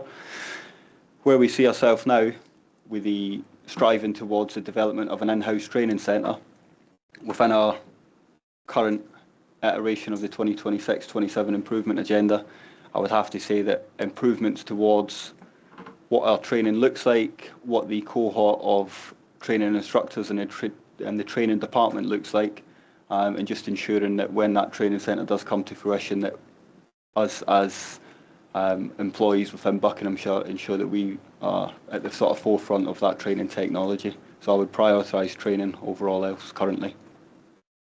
Thank you, Mitch. That's appreciated. Councillor Sherwell. Thank you. I think the interesting thing about this is, to me, was not the actual words in the report, but what it says about the culture of the authority. And what it says is very much that we are, I mean, the cliche in most management is one team, and most one teams aren't one team. This shows that we are doing a significant amount to actually try to be one team. It's very easy for senior management to spend all their time on strategic issues and emergencies that crop up, because at the end of the day, that's what they're paid for. And it's very easy whilst doing that to forget that it's actually the needs of the people on the ground that make it possible to meet those strategic aims and to deal with those emergencies. So from that point of view, seeing the relatively close working that's shown here, which is enabling management to see more clearly perhaps the strains that staff and staff in any company are always put under, and to have that coming forward in a constructive forum, I think is extremely good news for the future. Now, we'll never actually solve every problem that everybody's got, either strategically or individually, but we do at least seem to have a structure that's moving to help that happen and moving in the right direction. Things, of course, could always be faster. Everybody would love things to be faster, but at least it's moving in the right direction and it's showing real progress. And as was just said by Councillor Rabbs, the fact that it's a joint report is itself culturally significant. So thank you. Thank you, Councillor Sherwell. Councillor Hall. Thank you, Chairman. Well, an organisation's nothing without its staff.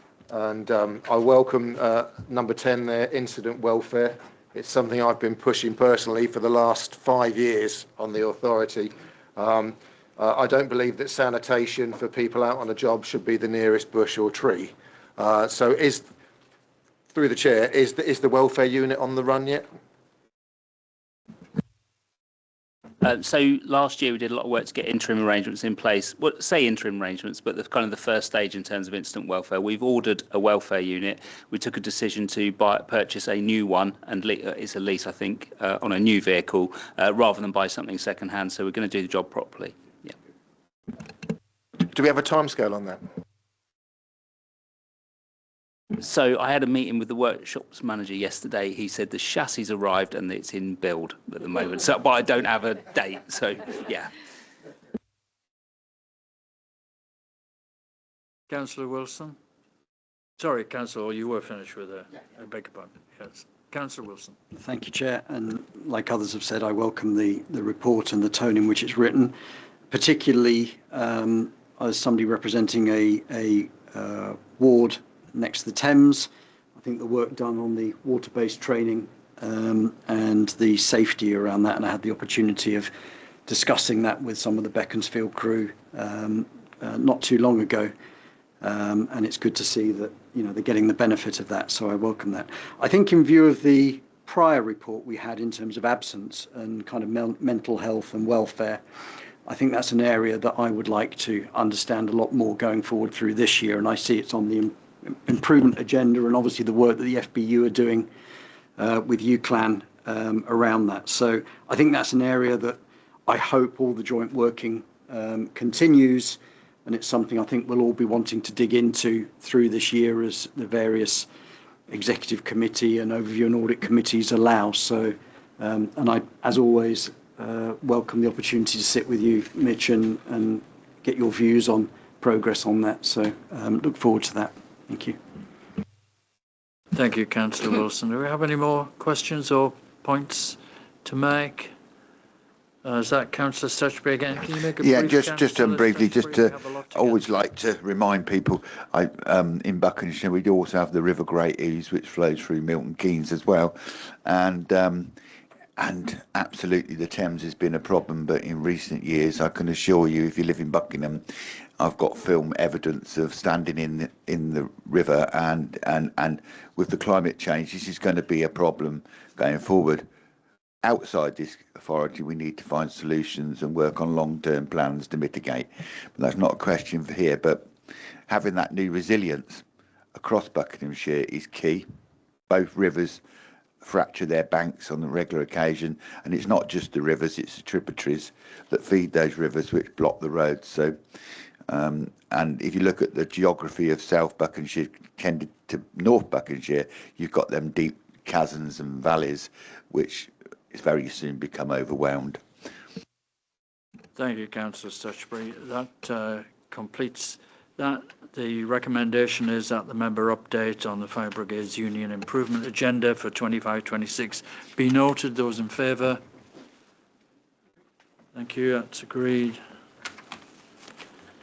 Moving on to item 17 on our agendas, the annual delivery plan update, which is going to come from Deputy Chief Fire Officer. No, it's not. It's coming from Anna, from Anne-Marie. Over to you. Thank you. So for new members, I'm Anne-Marie Carter and I'm responsible for the Portfolio Management Office, PMO in Bucks Fire, which includes scoping and building our annual plan and monitoring the delivery of it. This is the first time we have brought this type of update to members, so I'll briefly explain what it's intended to do. The purpose of the report is to give members a clear view of progress against the annual delivery plan, including updates on how our key projects are progressing, where there are any emerging concerns, and how those are being managed through governance. The annual delivery plan for 26-27 is the second year of our community risk management plan and is structured around the service's 3 strategic objectives: prevention, protection and response and resilience, supported by our enablers, people, finance and assets, and digital data and technology. This report has been written from a PMO perspective, so it's designed to focus on delivery confidence, governance and exception reporting rather than operational detail. It is intended to make it easier for members to see what's on track, what is under pressure, and where anything needs to be escalated or brought back for decision. There are currently 24 projects within the annual delivery plan this year. To make oversight proportionate, these projects are being tiered according to scale, complexity and risk, so that major projects receive a higher level of support and governance. Because this report was written early in the financial year, this report focuses on the current major projects and also includes a short section on collaborative programmes that are being delivered with Thames Valley partners or through national arrangements. I'll just take you through a brief summary of the major projects. So starting with the On-Call Improvement Programme, this remains an important part of delivering the response and resilience commitments in the annual plan and also reflects the wider On-Call Improvement Programme already approved following public consultation. This quarter is focused on mobilisation, with the mandate and objectives having been agreed, governance been set up, sponsor and tactical kick-off meetings taking place, and initial consultation with affecting staffs also taking place. The next quarter is about moving that mobilisation into delivery, including finalising the programme plan and beginning work through the core work streams such as fleet and HR, and also further member engagement. For the local training facilities, members will see that the status remains red. This is primarily because the project is still experiencing delays through the planning process and the timeline pressures remain significant.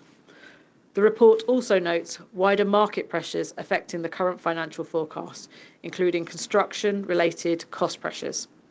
At this stage, our position is that the project remains viable, but it requires continued close monitoring and a clear grip through governance because timetable confidence is not quite where we want it to be.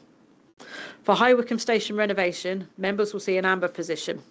The project is still in the early development stage and is currently focused on establishing the right evidence base before decisions are taken.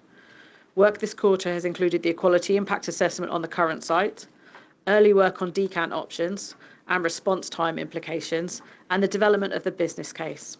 The next period focuses on surveys, confirmation of site-related constraints, and progressing the PID and business case through governance. So the amber rating here is more about a development stage uncertainty, not about failure to progress. Moving on to the collaborative programmes, this report also includes a short section on the collaborative programmes. Some of our most significant enabling programmes are being delivered jointly with partners or through national frameworks. In particular, this includes the Thames Valley Fire Control Replacement, which is now in procurement, the Personal Protective Equipment, or PPE as we call it, renewal programme, and the national transition from airwave to the Emergency Services Network. These all are longer-term programmes, but they are important because they strengthen interoperability, consistency, and provide value for money. So in summary, the first portfolio update is intended to provide members with a clear line of sight to delivery. At this stage of the year, the overall picture is one of getting ready for delivery. No decisions are required from members through this report today, and it is presented for oversight and assurance. Any future decisions required, for example, financial business cases or changes outside the delegated authority, will come back through the appropriate governance routes. Going forward, the portfolio quarterly update will be presented to the exec and the Fire Authority, with the next date coming to the exec in July. Thank you for your time and happy to take questions.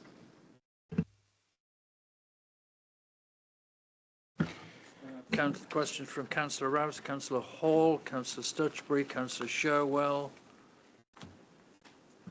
Councillor Wilson. We'll take them in that order. Thank you. Thank you, Chairman. Just before I move to the specific point which relates to the local training facility, I think one element that would just be helpful to understand how it will be reported and where it will be reported and when we can see it is the ongoing benefits, realisation, tracking and reporting of the projects, and actually not just these projects but the ones that preceded it, because I don't feel, unless it's happening somewhere that I don't know about, that we're getting sufficient visibility to that. And I think that's from a safeguarding of public money perspective, I think it's really important we do just track that and scrutinise that a bit more. Unsurprisingly, I'm going to turn to the local training facility, which I'm incredibly passionate about. It was something that I raised with the previous Chief Fire Officer as a really important priority for us. And we've just heard from the FBU that it's the one area that they are keen that we properly scrutinise. And members, certainly in the Conservative Group, have been consistently asking for more formal reporting of the local training facility to the Executive and to the Fire Authority. And all we've had to date, since the original business case was bought, I think 2.5 years ago, has been verbal reporting. And therefore, to get a project report that is read just isn't good enough. We really need to be properly overseeing this project and properly scrutinising it. And so I would ask that this is the beginning of a regular, detailed reporting on the training facility, because it is of massive importance to us and it should be a real success story for the service. And to see it read in the first proper report since the original business case does give me cause for concern. And I think the key area of it that causes me concern is not just the delays, which, as I understand it, are related to provision of information required from Westcott rather than anything to do with the planning process. But I'd be grateful if perhaps the Director of Finance and Assets can confirm that. But we are in danger of losing the local community on this journey. And it's important that as a service we coexist with our communities and they feel that the fire service is a good neighbour. I raised on a fire authority meeting, a few fire authority meetings back, and I'd raised separately the concerns that were being raised by local members and by Westcott Parish Council. Sorry, Chairman, can I interrupt? Sorry, Councillor Rouse. I'd like to declare an interest on that site because I am involved in part of the planning call-in. And on that note, the application has been called in by the local member and I think seconded by Councillor Gom. And the reason for that is that the local community do not think that they are being listened to about the concerns that are being raised. And I just wanted to get some assurance that we will, as an authority, take significant steps towards assuring, I think it's Westcott Parish Council and local members, that we will do everything we can to meet their concerns, which are primarily, as I understand it, around air quality. The air quality report that I think has been provided was a desktop air quality report. I think the understanding of Westcott and of the local member is nobody's actually been to visit the site to undertake the air quality. And I think one of their concerns, and I'm sure Director of Finance and Assets can confirm this, is not just the current air quality, but what will be the cumulative air quality impact of lighting, I think for 12 hours a day, 6 days a week fires, which I think adds up to about 36 fires a week. And I think it's really important we recognise, particularly given the context of the Bucks recycling fire that community had to deal with, why that is an important element for us to assure them over. I think there's also some concerns around ongoing stakeholder engagement that can exist with the local community. Now, that isn't a planning consideration, but I do think as a fire authority, that is a good example of where we should be seeking to build good relationships with our local communities that we're coexisting with. And again, I would just be interested to understand officers' view about putting in place a stakeholder engagement forum for that will endure, that will give local residents confidence they can raise and have traction on issues that they have with the facility. Because I think all of us want this facility to go ahead, and for it to be successful, it needs to go ahead with the local community really recognising the benefit it brings to wider Buckinghamshire, but not feeling significantly disadvantaged by it. Thank you, Councillor Rouse. I will ask Mark Hemming to come in on that, but it may give you some reassurance that I have been looking at it very closely myself. I have had conversations with Mark and with the planning team, and picking up on the very points you make, I believe the planning team are organising conversations with Councillor White, who's responsible for the call-in, and the parish council to talk through with them the issues that have been raised and the planning department's position on them.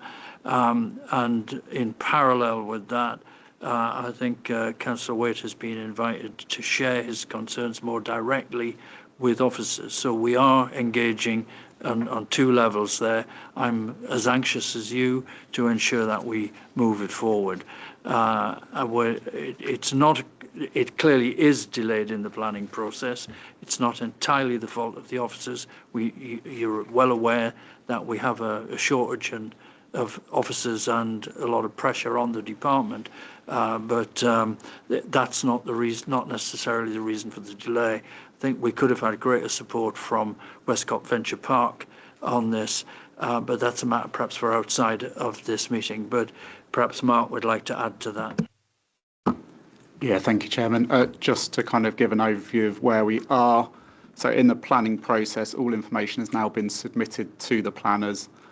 They have come back requesting a bit more information detailed on some of the ecology aspects. That's with Westcott to provide. I had a conversation with our contact this morning.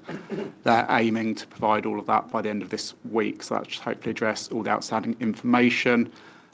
Bucks Council planners have been really engaging with this. It's not a lack of capacity on their part, it probably more is in terms of being able to provide them the information that's needed. There's been some delays there, so I can't fault the local planners at all, so thank you to them. In terms of community engagement, I did go to a meeting of the parish council when we were at an early stage, I think even before we'd submitted the planning application, to kind of listen to their concerns. We have made some adjustments to accommodate some of their concerns, for example, around visual impact, trying to minimise that. There does, however, remain a fundamental difference of opinion around the air quality, and you alluded to an air quality report. Unfortunately, it's not helped by the incident at Bucks Recycling, which was a fire that occurred last year, which required them to keep their windows and doors shut for a long period of time.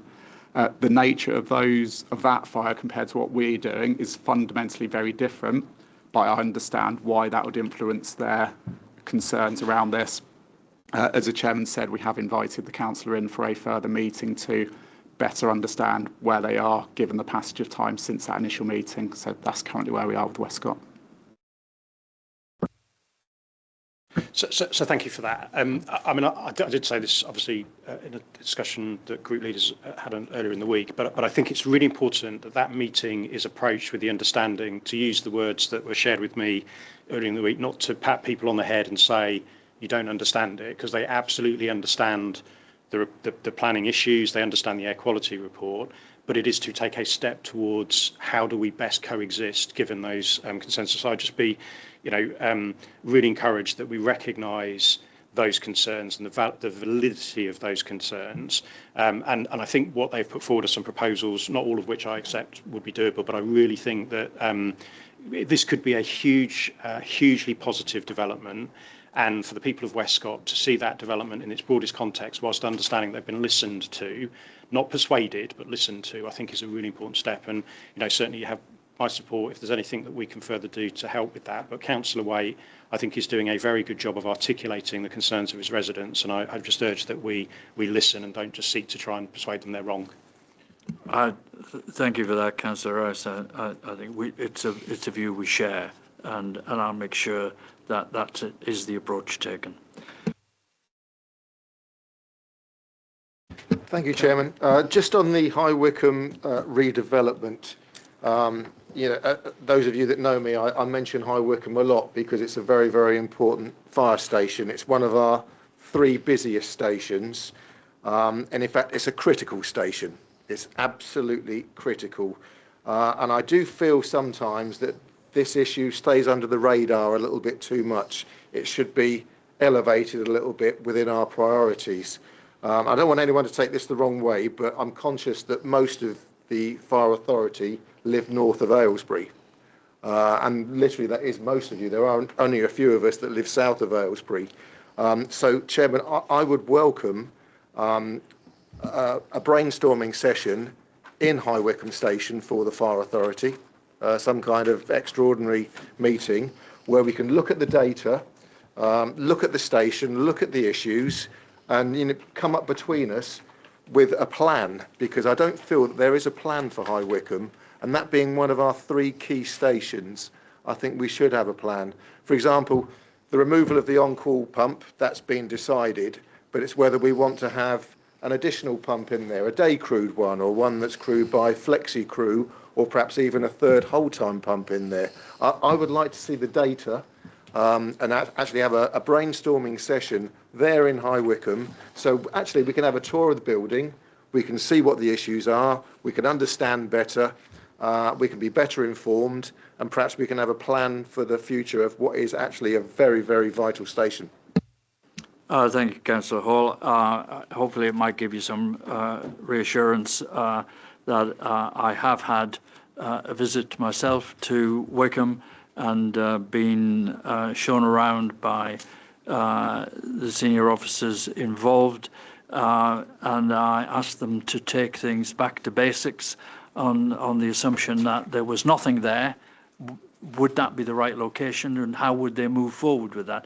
And I can assure you they have a very, very clear idea of what the options are and what they would like to achieve. I was most impressed with the knowledge and understanding. But given that the 2 that I was working with, Stu and Phil, have each, well, one 19 years and one 20 years, of course they know what is right for that station and for the residents that they serve in the ground that they cover. So I'm very assured. I think in terms of a fire authority meeting there, you'll be aware that it's fairly constrained, and I think we'd have some difficulty getting 70 members plus the relative officers on a tour of that building. But I take your point on board, and I think we'll see if we can come up with some more detailed response. I'm confident that we're moving forward in the right direction, and we'll be looking very much more closely at that. Mark might want to add to what I've just had to say. Yeah, just to add, thank you, Chairman. Yeah, in terms of getting 17 members there at once would be extremely difficult given the layout and parking. If any members would like a tour of High Wycombe, I'm more than happy to do that on an individual or kind of small group basis. As Chairman said, there are some plans progressing around Wycombe. We've done a lot of consultation with staff to find out what the issues are, what we need to do to rectify those. Primarily it's around layout, because if you're going to design a fire station now for modern purposes with what we know now about decon, staff welfare, staff safety, it would look very different to what it currently looks like when we built it 50, 60 years ago. So it's about trying to get that layout correct to give ourselves the best kind of staff welfare facilities and the best facilities for our staff. The biggest issue we've got, this is also touched on in Mitch's presentation, is around maintaining the response times during the works. So we're looking at a number of options around where we kind of decant the site to whilst works are ongoing, because it's almost certainly not possible to maintain a presence on the current site whilst the works are happening for various reasons. So that's kind of the sticking point at the moment. Once we've got a clearer idea of that, we'll bring a much more detailed plan back to members before we proceed with any plans. Thank you, Mark. I just add one point that a senior FBU member did say to me, representing the views of our staff there, that it may be a bit of a blank, but it's our blank. I think it just illustrates that everyone working at Wickham understands the issue, knows what they want to achieve, and I think it'll be a great example of how officers in FBU and this authority working together can deliver as near a perfect result as possible. So thanks for your interest and your questions on it, Councillor Hall. Councillor Stutchbury. Firstly, take the Gary's point. I think it's a valuable point.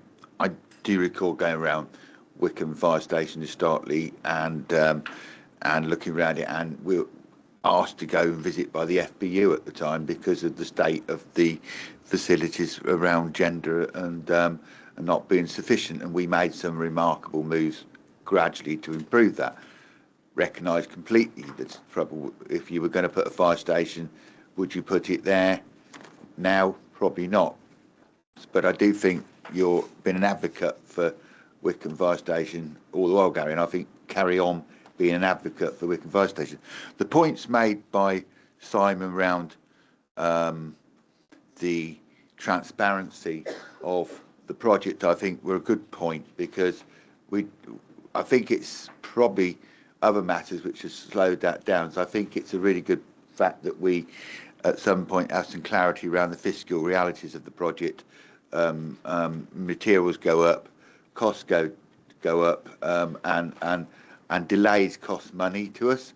And what was originally planned when Simon was chair of the Fire Authority and brought this forward, I think he was chairman of the Fire Authority, he brought this forward and the project was in its infancy. We've been, or the initial policy was brought forward. I think it's moved on slowly since then. So I think they're very good points. I'd support the some more clarity around that. I think it's good for us all to have clarity around that. I think that's a good point. And on the planning note, noting Phil's comments, which I've about it be going to planning, we will not comment on it because it appears from what I'm saying it may well end up in a planning committee, so we won't comment on the planning aspects. But I am only to say that the points which were made very strongly within the previous report from the FBU around how important that these facilities and training and safety go forward. So without mentioning the planning aspects of it, I think reading between the lines that this has been a long-held wish project with many owners, and if it succeeds, it'll have even more owners of the project when it succeeds. That's always the way. If something's successful, everyone's pleased. If it fails, you never find anyone who wants to own it. But so I think that those aspects are the strongest points that I found, and I think do need to be audited, perhaps through the audit committee, is those aspects around the training, the safety and aspects. It fits into that previous report, linear, long and in depth. So I think that that's the point, if there was. And as I said earlier, this has got some longevity in it from the previous, before the election really, this project. So those would be the strong point out of it, or the last point about the importance of the safety. Thank you. Thank you, Councillor Stutchbury. Councillor Sherwell. Thank you. My original question was going to be around the planning aspect, but the discussion around Councillor Rouse's contribution has made that unnecessary. I have the information that I wanted there. One thing I would do is endorse what Councillor Rouse said about the possibility of having a consultative group or something of that nature. Draw perhaps your attention to the Arla factory, which was built off the A41 Aston Clinton bypass, and at the time, and probably still is, was the biggest dairy in Europe. The local people were concerned about smells from that facility, and they were concerned particularly about heavy vehicle movements not keeping to A roads. And as a result, ARA set up a committee which originally met quarterly, then once every 4 months, which had representatives from affected parish councils, Aylesbury, Aston Clinton and Buckland, and from local residents as well as the parish council. That worked extremely well, and in my view, having seen similar problems in other places where that hasn't happened and complaints come in by the dozen. The other thing they had was effectively a hotline to a member of staff. So if somebody saw a problem, instead of ringing the council or complaining on Facebook or whatever, they had a line they could come into and raise the question. And it made an enormous difference. An installation that was not popular locally is now primarily seen as a source of employment. And it really would be, with something as complex as Westcott, very much worthwhile, in my view, looking at setting up that sort of liaison group to enable these people that have concerns to put them forward. So after many, many years on various planning committees, my conclusion is that usually the end product is not as bad as the objectors feared, but it doesn't mean that there aren't reasonable things that we need to take account of. Well, thank you, Councillor Sherwell.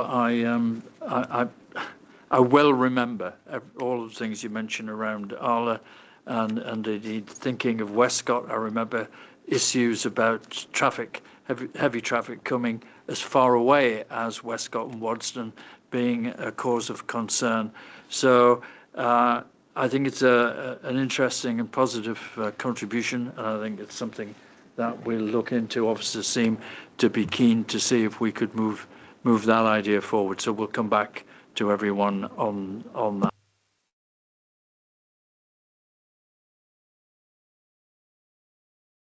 Councillor Wilson. Yeah, thank you, Chairman. 2 questions. One is in the summary for page 4 of 13 or page 154 of our pack. It says High Wycombe refurbishment, decant options being drawn up with a view to bringing a full business case to members in July 2026, which obviously is not that far away. So I just wanted to check that we are on track to do that. And also, I looked at the detailed summaries, and resource says green for both local training facility and High Wycombe. And I wanted to get reassurance that because the owners are people with day jobs, and I wanted some reassurance that we have adequate resource put against both of these projects, and whether or not we're going to put dedicated delivery resource against them to ensure that the project management is completed. Thank you for that. I think Anne-Marie's looking to give a response on that. If I just come in on the second one, and then I might pass to Asta for the first question, if that's all right.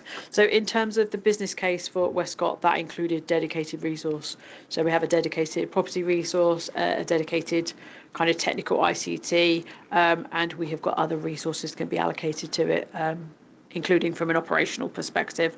The High Wycombe business case, as yet, doesn't have dedicated resource, but that business case, when it comes to members, will include money and funding request for that dedicated resource to support that. We've just finished recruitment for a second project manager. Well, we're in recruitment. We've just finished the shortlisting, so we will have another project manager being able to be allocated and support these projects going forward as well. But just going to pass to Asta for the July comments. Thank you, Anne-Marie. In terms of the High Wycombe business case, I'm the business sponsor for High Wycombe, and I've been kind of looking over it in recent months. As you can appreciate, we've currently got a structural survey that's being carried out. It is likely that we may not get a response by July's meeting, so we are in discussions internally about possibly delaying the business case until we have all the information available. What I wouldn't want to do is bring a business case and say to you, subject to this, subject to that. What we want is clarity and a clear direction. So there is a potential chance that the business case may get delayed until September and be presented to the Fire Authority. But what I want to do is give you assurances that we have done everything possible to try and get to a stage where we can present a business case that hopefully everyone will be supportive of and we can push through. I've also started to initiate discussions with Buckinghamshire Council's estates team in terms of understanding what estates are available in Buckinghamshire, and those discussions are ongoing at present as well. Again, I'd like to be in a position where we've got a more firmed idea of where we're going to go with High Wycombe and be able to produce that and present that in the business case. So if there is a delay, hopefully I'll be able to explain what that delay is, and it's likely to be the structural survey and ongoing discussions about the decant, but the plan is to bring it back in September. Councillor Wilson, are you content? Are you reassured? I'm reassured on the resource. I'm concerned about the timing. Obviously, that's why my question. And I think it would be appropriate that we members get an interim update. If I'd rather know well in advance of September if July is not going to be hit, and I'm sure other members would do that. And obviously, I'd welcome a trip with Councillor Hall to go around Wycombe. I can't think of anything more exciting than a trip out with Councillor Hall. So,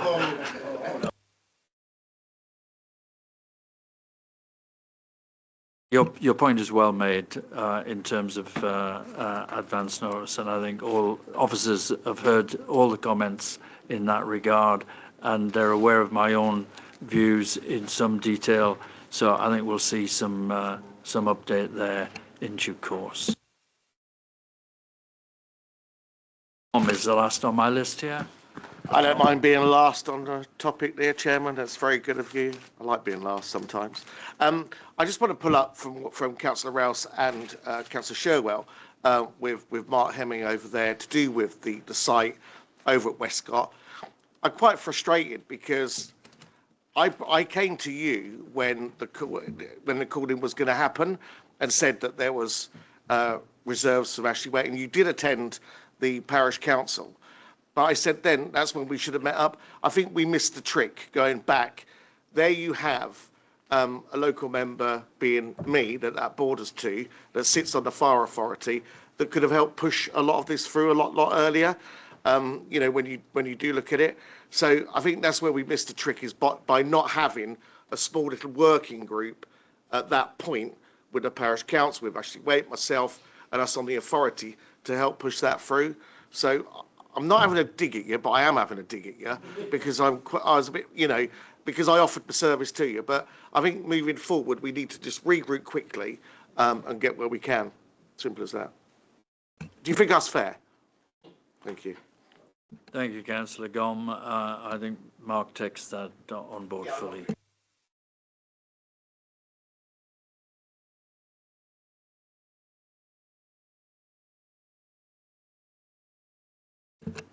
Anne-Marie would like to have some further input? No? Sorry. I thought that's what you were trying to indicate to me there. Then the recommendation is that the annual delivery plan update be noted. Are we content? Those in favour? Thank you. So moving on then to item 18.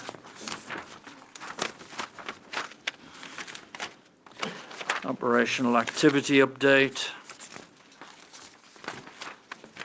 I seem to have a page of my agenda missing, so forgive me for a moment. I've done that. We're now with Adam, Paul Skanes and Emily Hilling to give us an update on operational activity and communications. Thank you, Chair. Good afternoon, councillors. So this presentation provides an overview of 4 recent incidents attended by the service and how we have coordinated our operational response, communications activity and community reassurance efforts. It's intended to build upon and provide wider context to the members' briefings you have previously and will continue to regularly receive, offering insight into both the operational response and the support activity that takes place during and post-incident. Area Commander Paul Skanes will begin by providing an overview of the scale of operational activity and the service's response to these incidents. Emily will then outline the role that communication plays in supporting incident management, media engagement and community reassurance. And finally, I will share some examples of public engagement activity and highlight how we capture learning from significant incidents to support continuous improvement across the organisation. Okay, thanks, Adam. Across this series of incidents from the 26th of April to the 7th of May this year, the service demonstrated a rapid, scalable and resilient operational response to a range of complex and high-risk scenarios, including commercial fires, rural incidents and large multi-occupancy premises.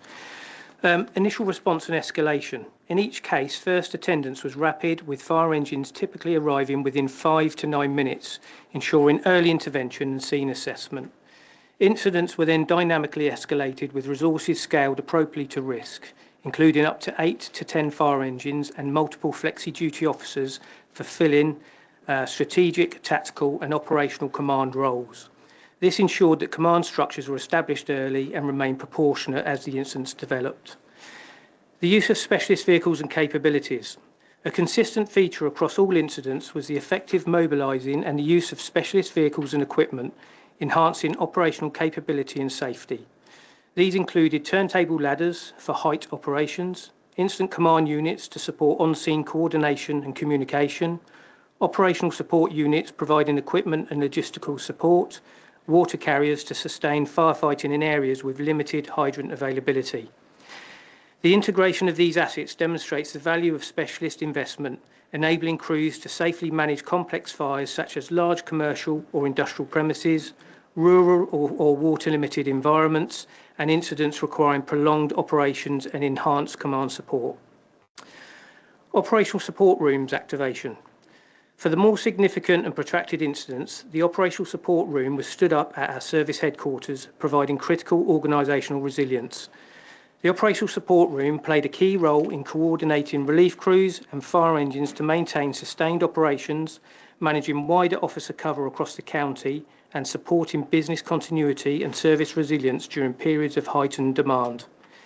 This ensures that while resources are committed to larger resourcing demanding incidents, day-to-day emergency response capability is maintained across the service. On-call and resilience arrangements. The incidents also highlighted the importance of on-call fire engine utilisation to support relief requirements and maintain operational cover and flexible resourcing models that allow the service to manage multiple concurrent pressures. This underpins overall operational resilience, particularly during extended or overlapping incidents. Multi-agency working and liaison. All incidents required close and effective collaboration with partner agencies, demonstrating strong interoperability. These key partners included Thames Valley Police for cordons, traffic management and public safety, South Central Ambulance Service for casualty care and triage, neighbouring fire and rescue services providing additional fire engines and specialist vehicles, local authorities and emergency planning officers, particularly in incidents involving displacement or recovery, and utility providers to manage infrastructure risks. The multi-agency coordination enabled safe evacuation of large numbers. This was especially noted with the displacement of 800 people in Bletchley Pink Punters, as it was actually being frequented during an evening of trading. Effective scene management and public protection, and early transition into recovery and community support, particularly where residents were displaced.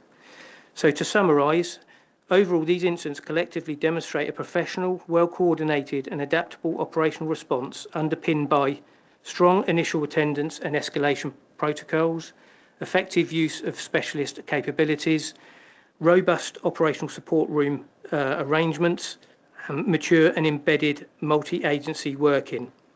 This ensures that even during periods of significant operational demand, the service maintains public safety, operational effectiveness and organisational resilience. And I'm just going to hand back to Adam. Yeah, thanks, Paul. So just to provide a bit of a wider context and overview of activity and assurance, it's important to highlight that although this level of activity is reflective of a period of increased operational demand, it's still consistent with our normal service patterns. We maintained our response performance throughout, providing assurance that the response standards and assumptions set within our community risk management plan remain appropriate and effective. These incidents also demonstrated the value of our continued investment in specialist capabilities and further reinforce the importance of our ongoing on-call improvement programme in maintaining operational resilience. Alongside our operational response, we undertook a range of targeted prevention and business engagement activities to provide reassurance to local communities and reinforce key fire safety messages. So if we take the Milton Keynes nightclub fire as an example, local activity included business and home fire safety hot strikes, where we went out into the community and engaged with the public, aimed at providing reassurance and safety advice in that community. We also ensured that we had a community safety stand in a local garden centre during a weekend of expected heavy footfall, and we've also got plans to attend and provide an update to Thames Valley Police Independent Advisory Panel at their next meeting. A range of wider protection activities are also planned throughout the year, targeting safety and compliance in licensed premises throughout fire safety audits, during performance inspections and ongoing business engagement activity. Our fire investigation officers determine the likely causes of all of those incidents and work closely with our colleagues in Thames Valley Police. And importantly, their investigations found no evidence to suggest that any of these incidents were connected in any way. Learning from the incidents and operational activity remains a key focus. Debriefs, incident feedback processes and significant incident reviews have all been completed where appropriate, with any actions and recommendations continuing to be monitored and delivered for our operational assurance framework and our governance arrangements. Over to you, Emily. Thank you. So while our operational crews were responding to these incidents, communications played an important supporting role in keeping our communities informed, reassured and safe. This included providing timely safety advice, updates on road closures and disruption, responding to media inquiries and ensuring the public had access to trusted information as incidents developed. We also work closely with partners, including Thames Valley Police, local authorities and ambulance service to coordinate messaging and ensure communities receive consistent information. Communications during a major incident is about supporting public safety, confidence and not just social media activity. These incidents generated significant public interest locally and in some cases nationally and internationally. The figures on this slide demonstrate the scale of engagement with our communications activity during these incidents. More importantly, they show that thousands of people were accessing safety information and incident updates directly from Buckinghamshire Fire and Rescue Service. We also increasingly seeing our content shared by local media, community Facebook groups, elected members and partner organisations, helping important messages reach far beyond our own followers. This amplification by trusted local voices helps ensure important information reaches people quickly and through channels they already use and trust. I know members previously asked about how we know we're reaching different communities. So no single channel reaches everyone, which is why we use a mix of social media, local media, our website, community engagement, activity and partner networks. The growth and engagement we have seen over recent months reflects both significant incidents and deliberate shift in our approach. We've moved beyond simply broadcasting information and we are creating content that people actively engage with and share. A good example of this recently is Milo. For those of you who don't know, Milo is our search and rescue dog, very, very popular and viral. His content reaches audiences far beyond our existing followers. Now, why is that beneficial? This helps us introduce the service to new audiences and increases the reach of our safety messaging, recruitment campaigns and prevention advice. We also recognise not everyone uses social media. During incidents, we work closely with local media, councils, community groups and partner agencies to ensure important information reaches people through multiple channels. Ultimately, success is not measured by followers or likes. It's about making sure the right information reaches the right people at the right time, helping keep our communities informed and safe. Some impressive stats around our increased engagement, and as I mentioned before, there's no one reason why our engagement has gone up. It is a mixture of our change in strategy to include engaging posts, but also some of our posts going viral, the incidents that we've had recently also. In summary then, communications forms part of a wider emergency response, helping ensure communities receive timely, accurate and trusted information during incidents while supporting public confidence in the service. hand that back. Oh, any questions? Thank you, Anne-Marie. Open that to questions. I have Councillor Sherwell, Councillor Banks, Councillor Hall. Councillor Sherwell. Thank you. Links Gymnastics is one of those, which is not only in my Bucks ward, but in my much smaller town council ward. And I just wanted to feed back. I mean, that is a facility that goes from casual training, well, not even training, casual activity for young people, to training two gymnasts who got medals in the last Olympics. And unsurprisingly, if you think about what's necessary for gymnastics, it's absolutely stuffed full of inflammable equipment. Mattresses in particular, but lots of stuff that goes up in flames very quickly. I have heard nothing from my local residents but praise for the way that the fire service responded to this particular challenge. And it clearly was a challenge because the blaze grew very, very quickly and you required considerable resource to tackle it. So it's a really good job, well done. I'd also just add that Milo is an absolute sweetheart and like most service dogs, is wonderful. Thank you, Councillor Sherwell. Councillor Banks.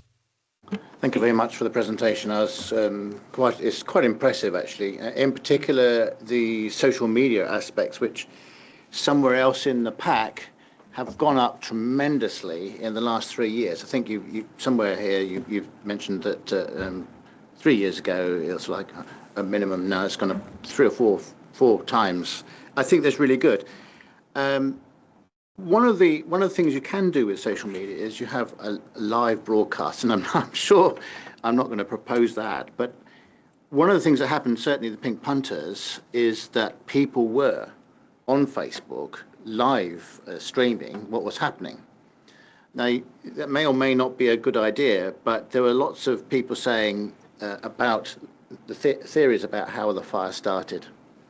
And I was just wondering, do you intend to have any, or any of the officers going to be live casting about everyone is now safe?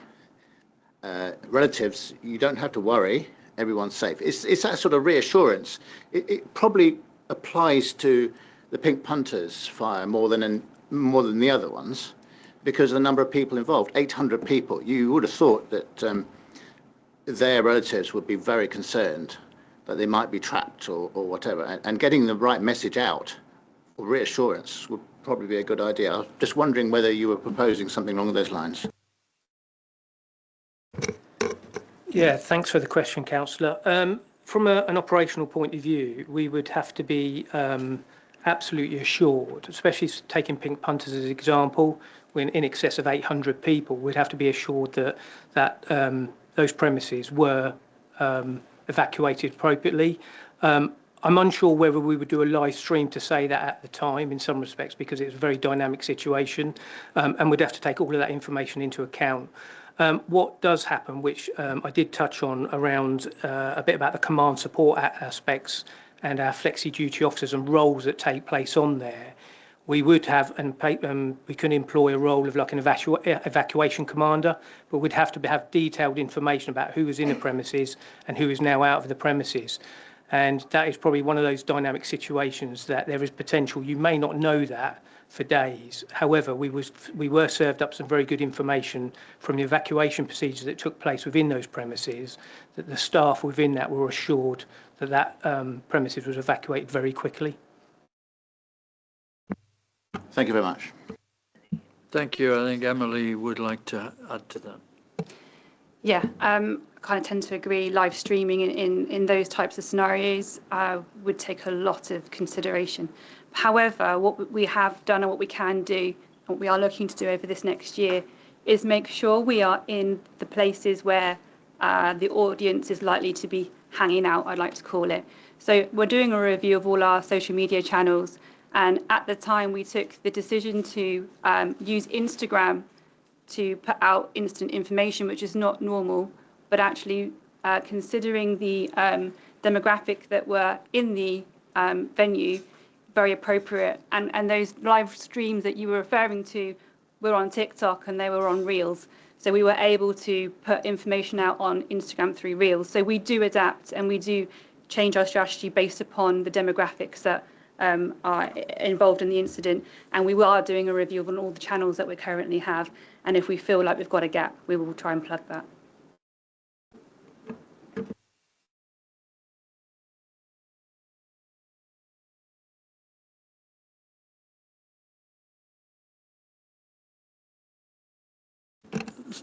Councillor Rouse extends his apology for Sunday leaving. He's feeling unwell. So, Councillor Hall.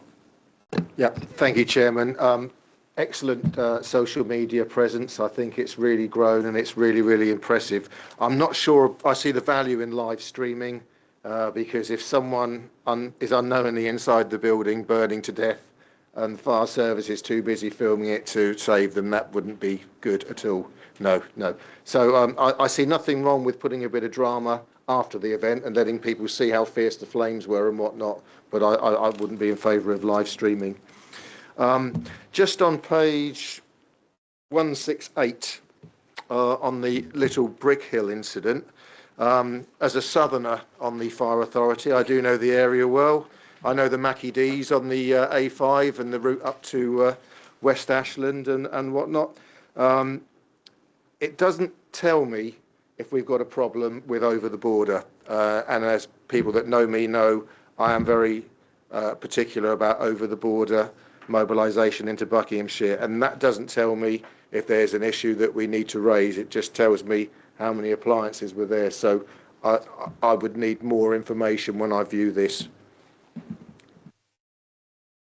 Thank you, Councillor Hall. I'm sure the point is taken on board. I don't think we have any more questions to the report. Sorry, Councillor Stutchbury, I couldn't. Well, not so much a question, but a compliment. We talked about the Pink Panthers fire, and when I noticed what was so reassuring from the LGB community and the young community which used that facility in Milton Keynes, and many people I know from Buckingham visit it and use it, and it by all communities, how grateful they were for the response to the fire service, how the social media gave for the young generation were talking to each other about what had happened, how it happened, and they were reassured through the social media in their time what was going on, how it was, and people were safe.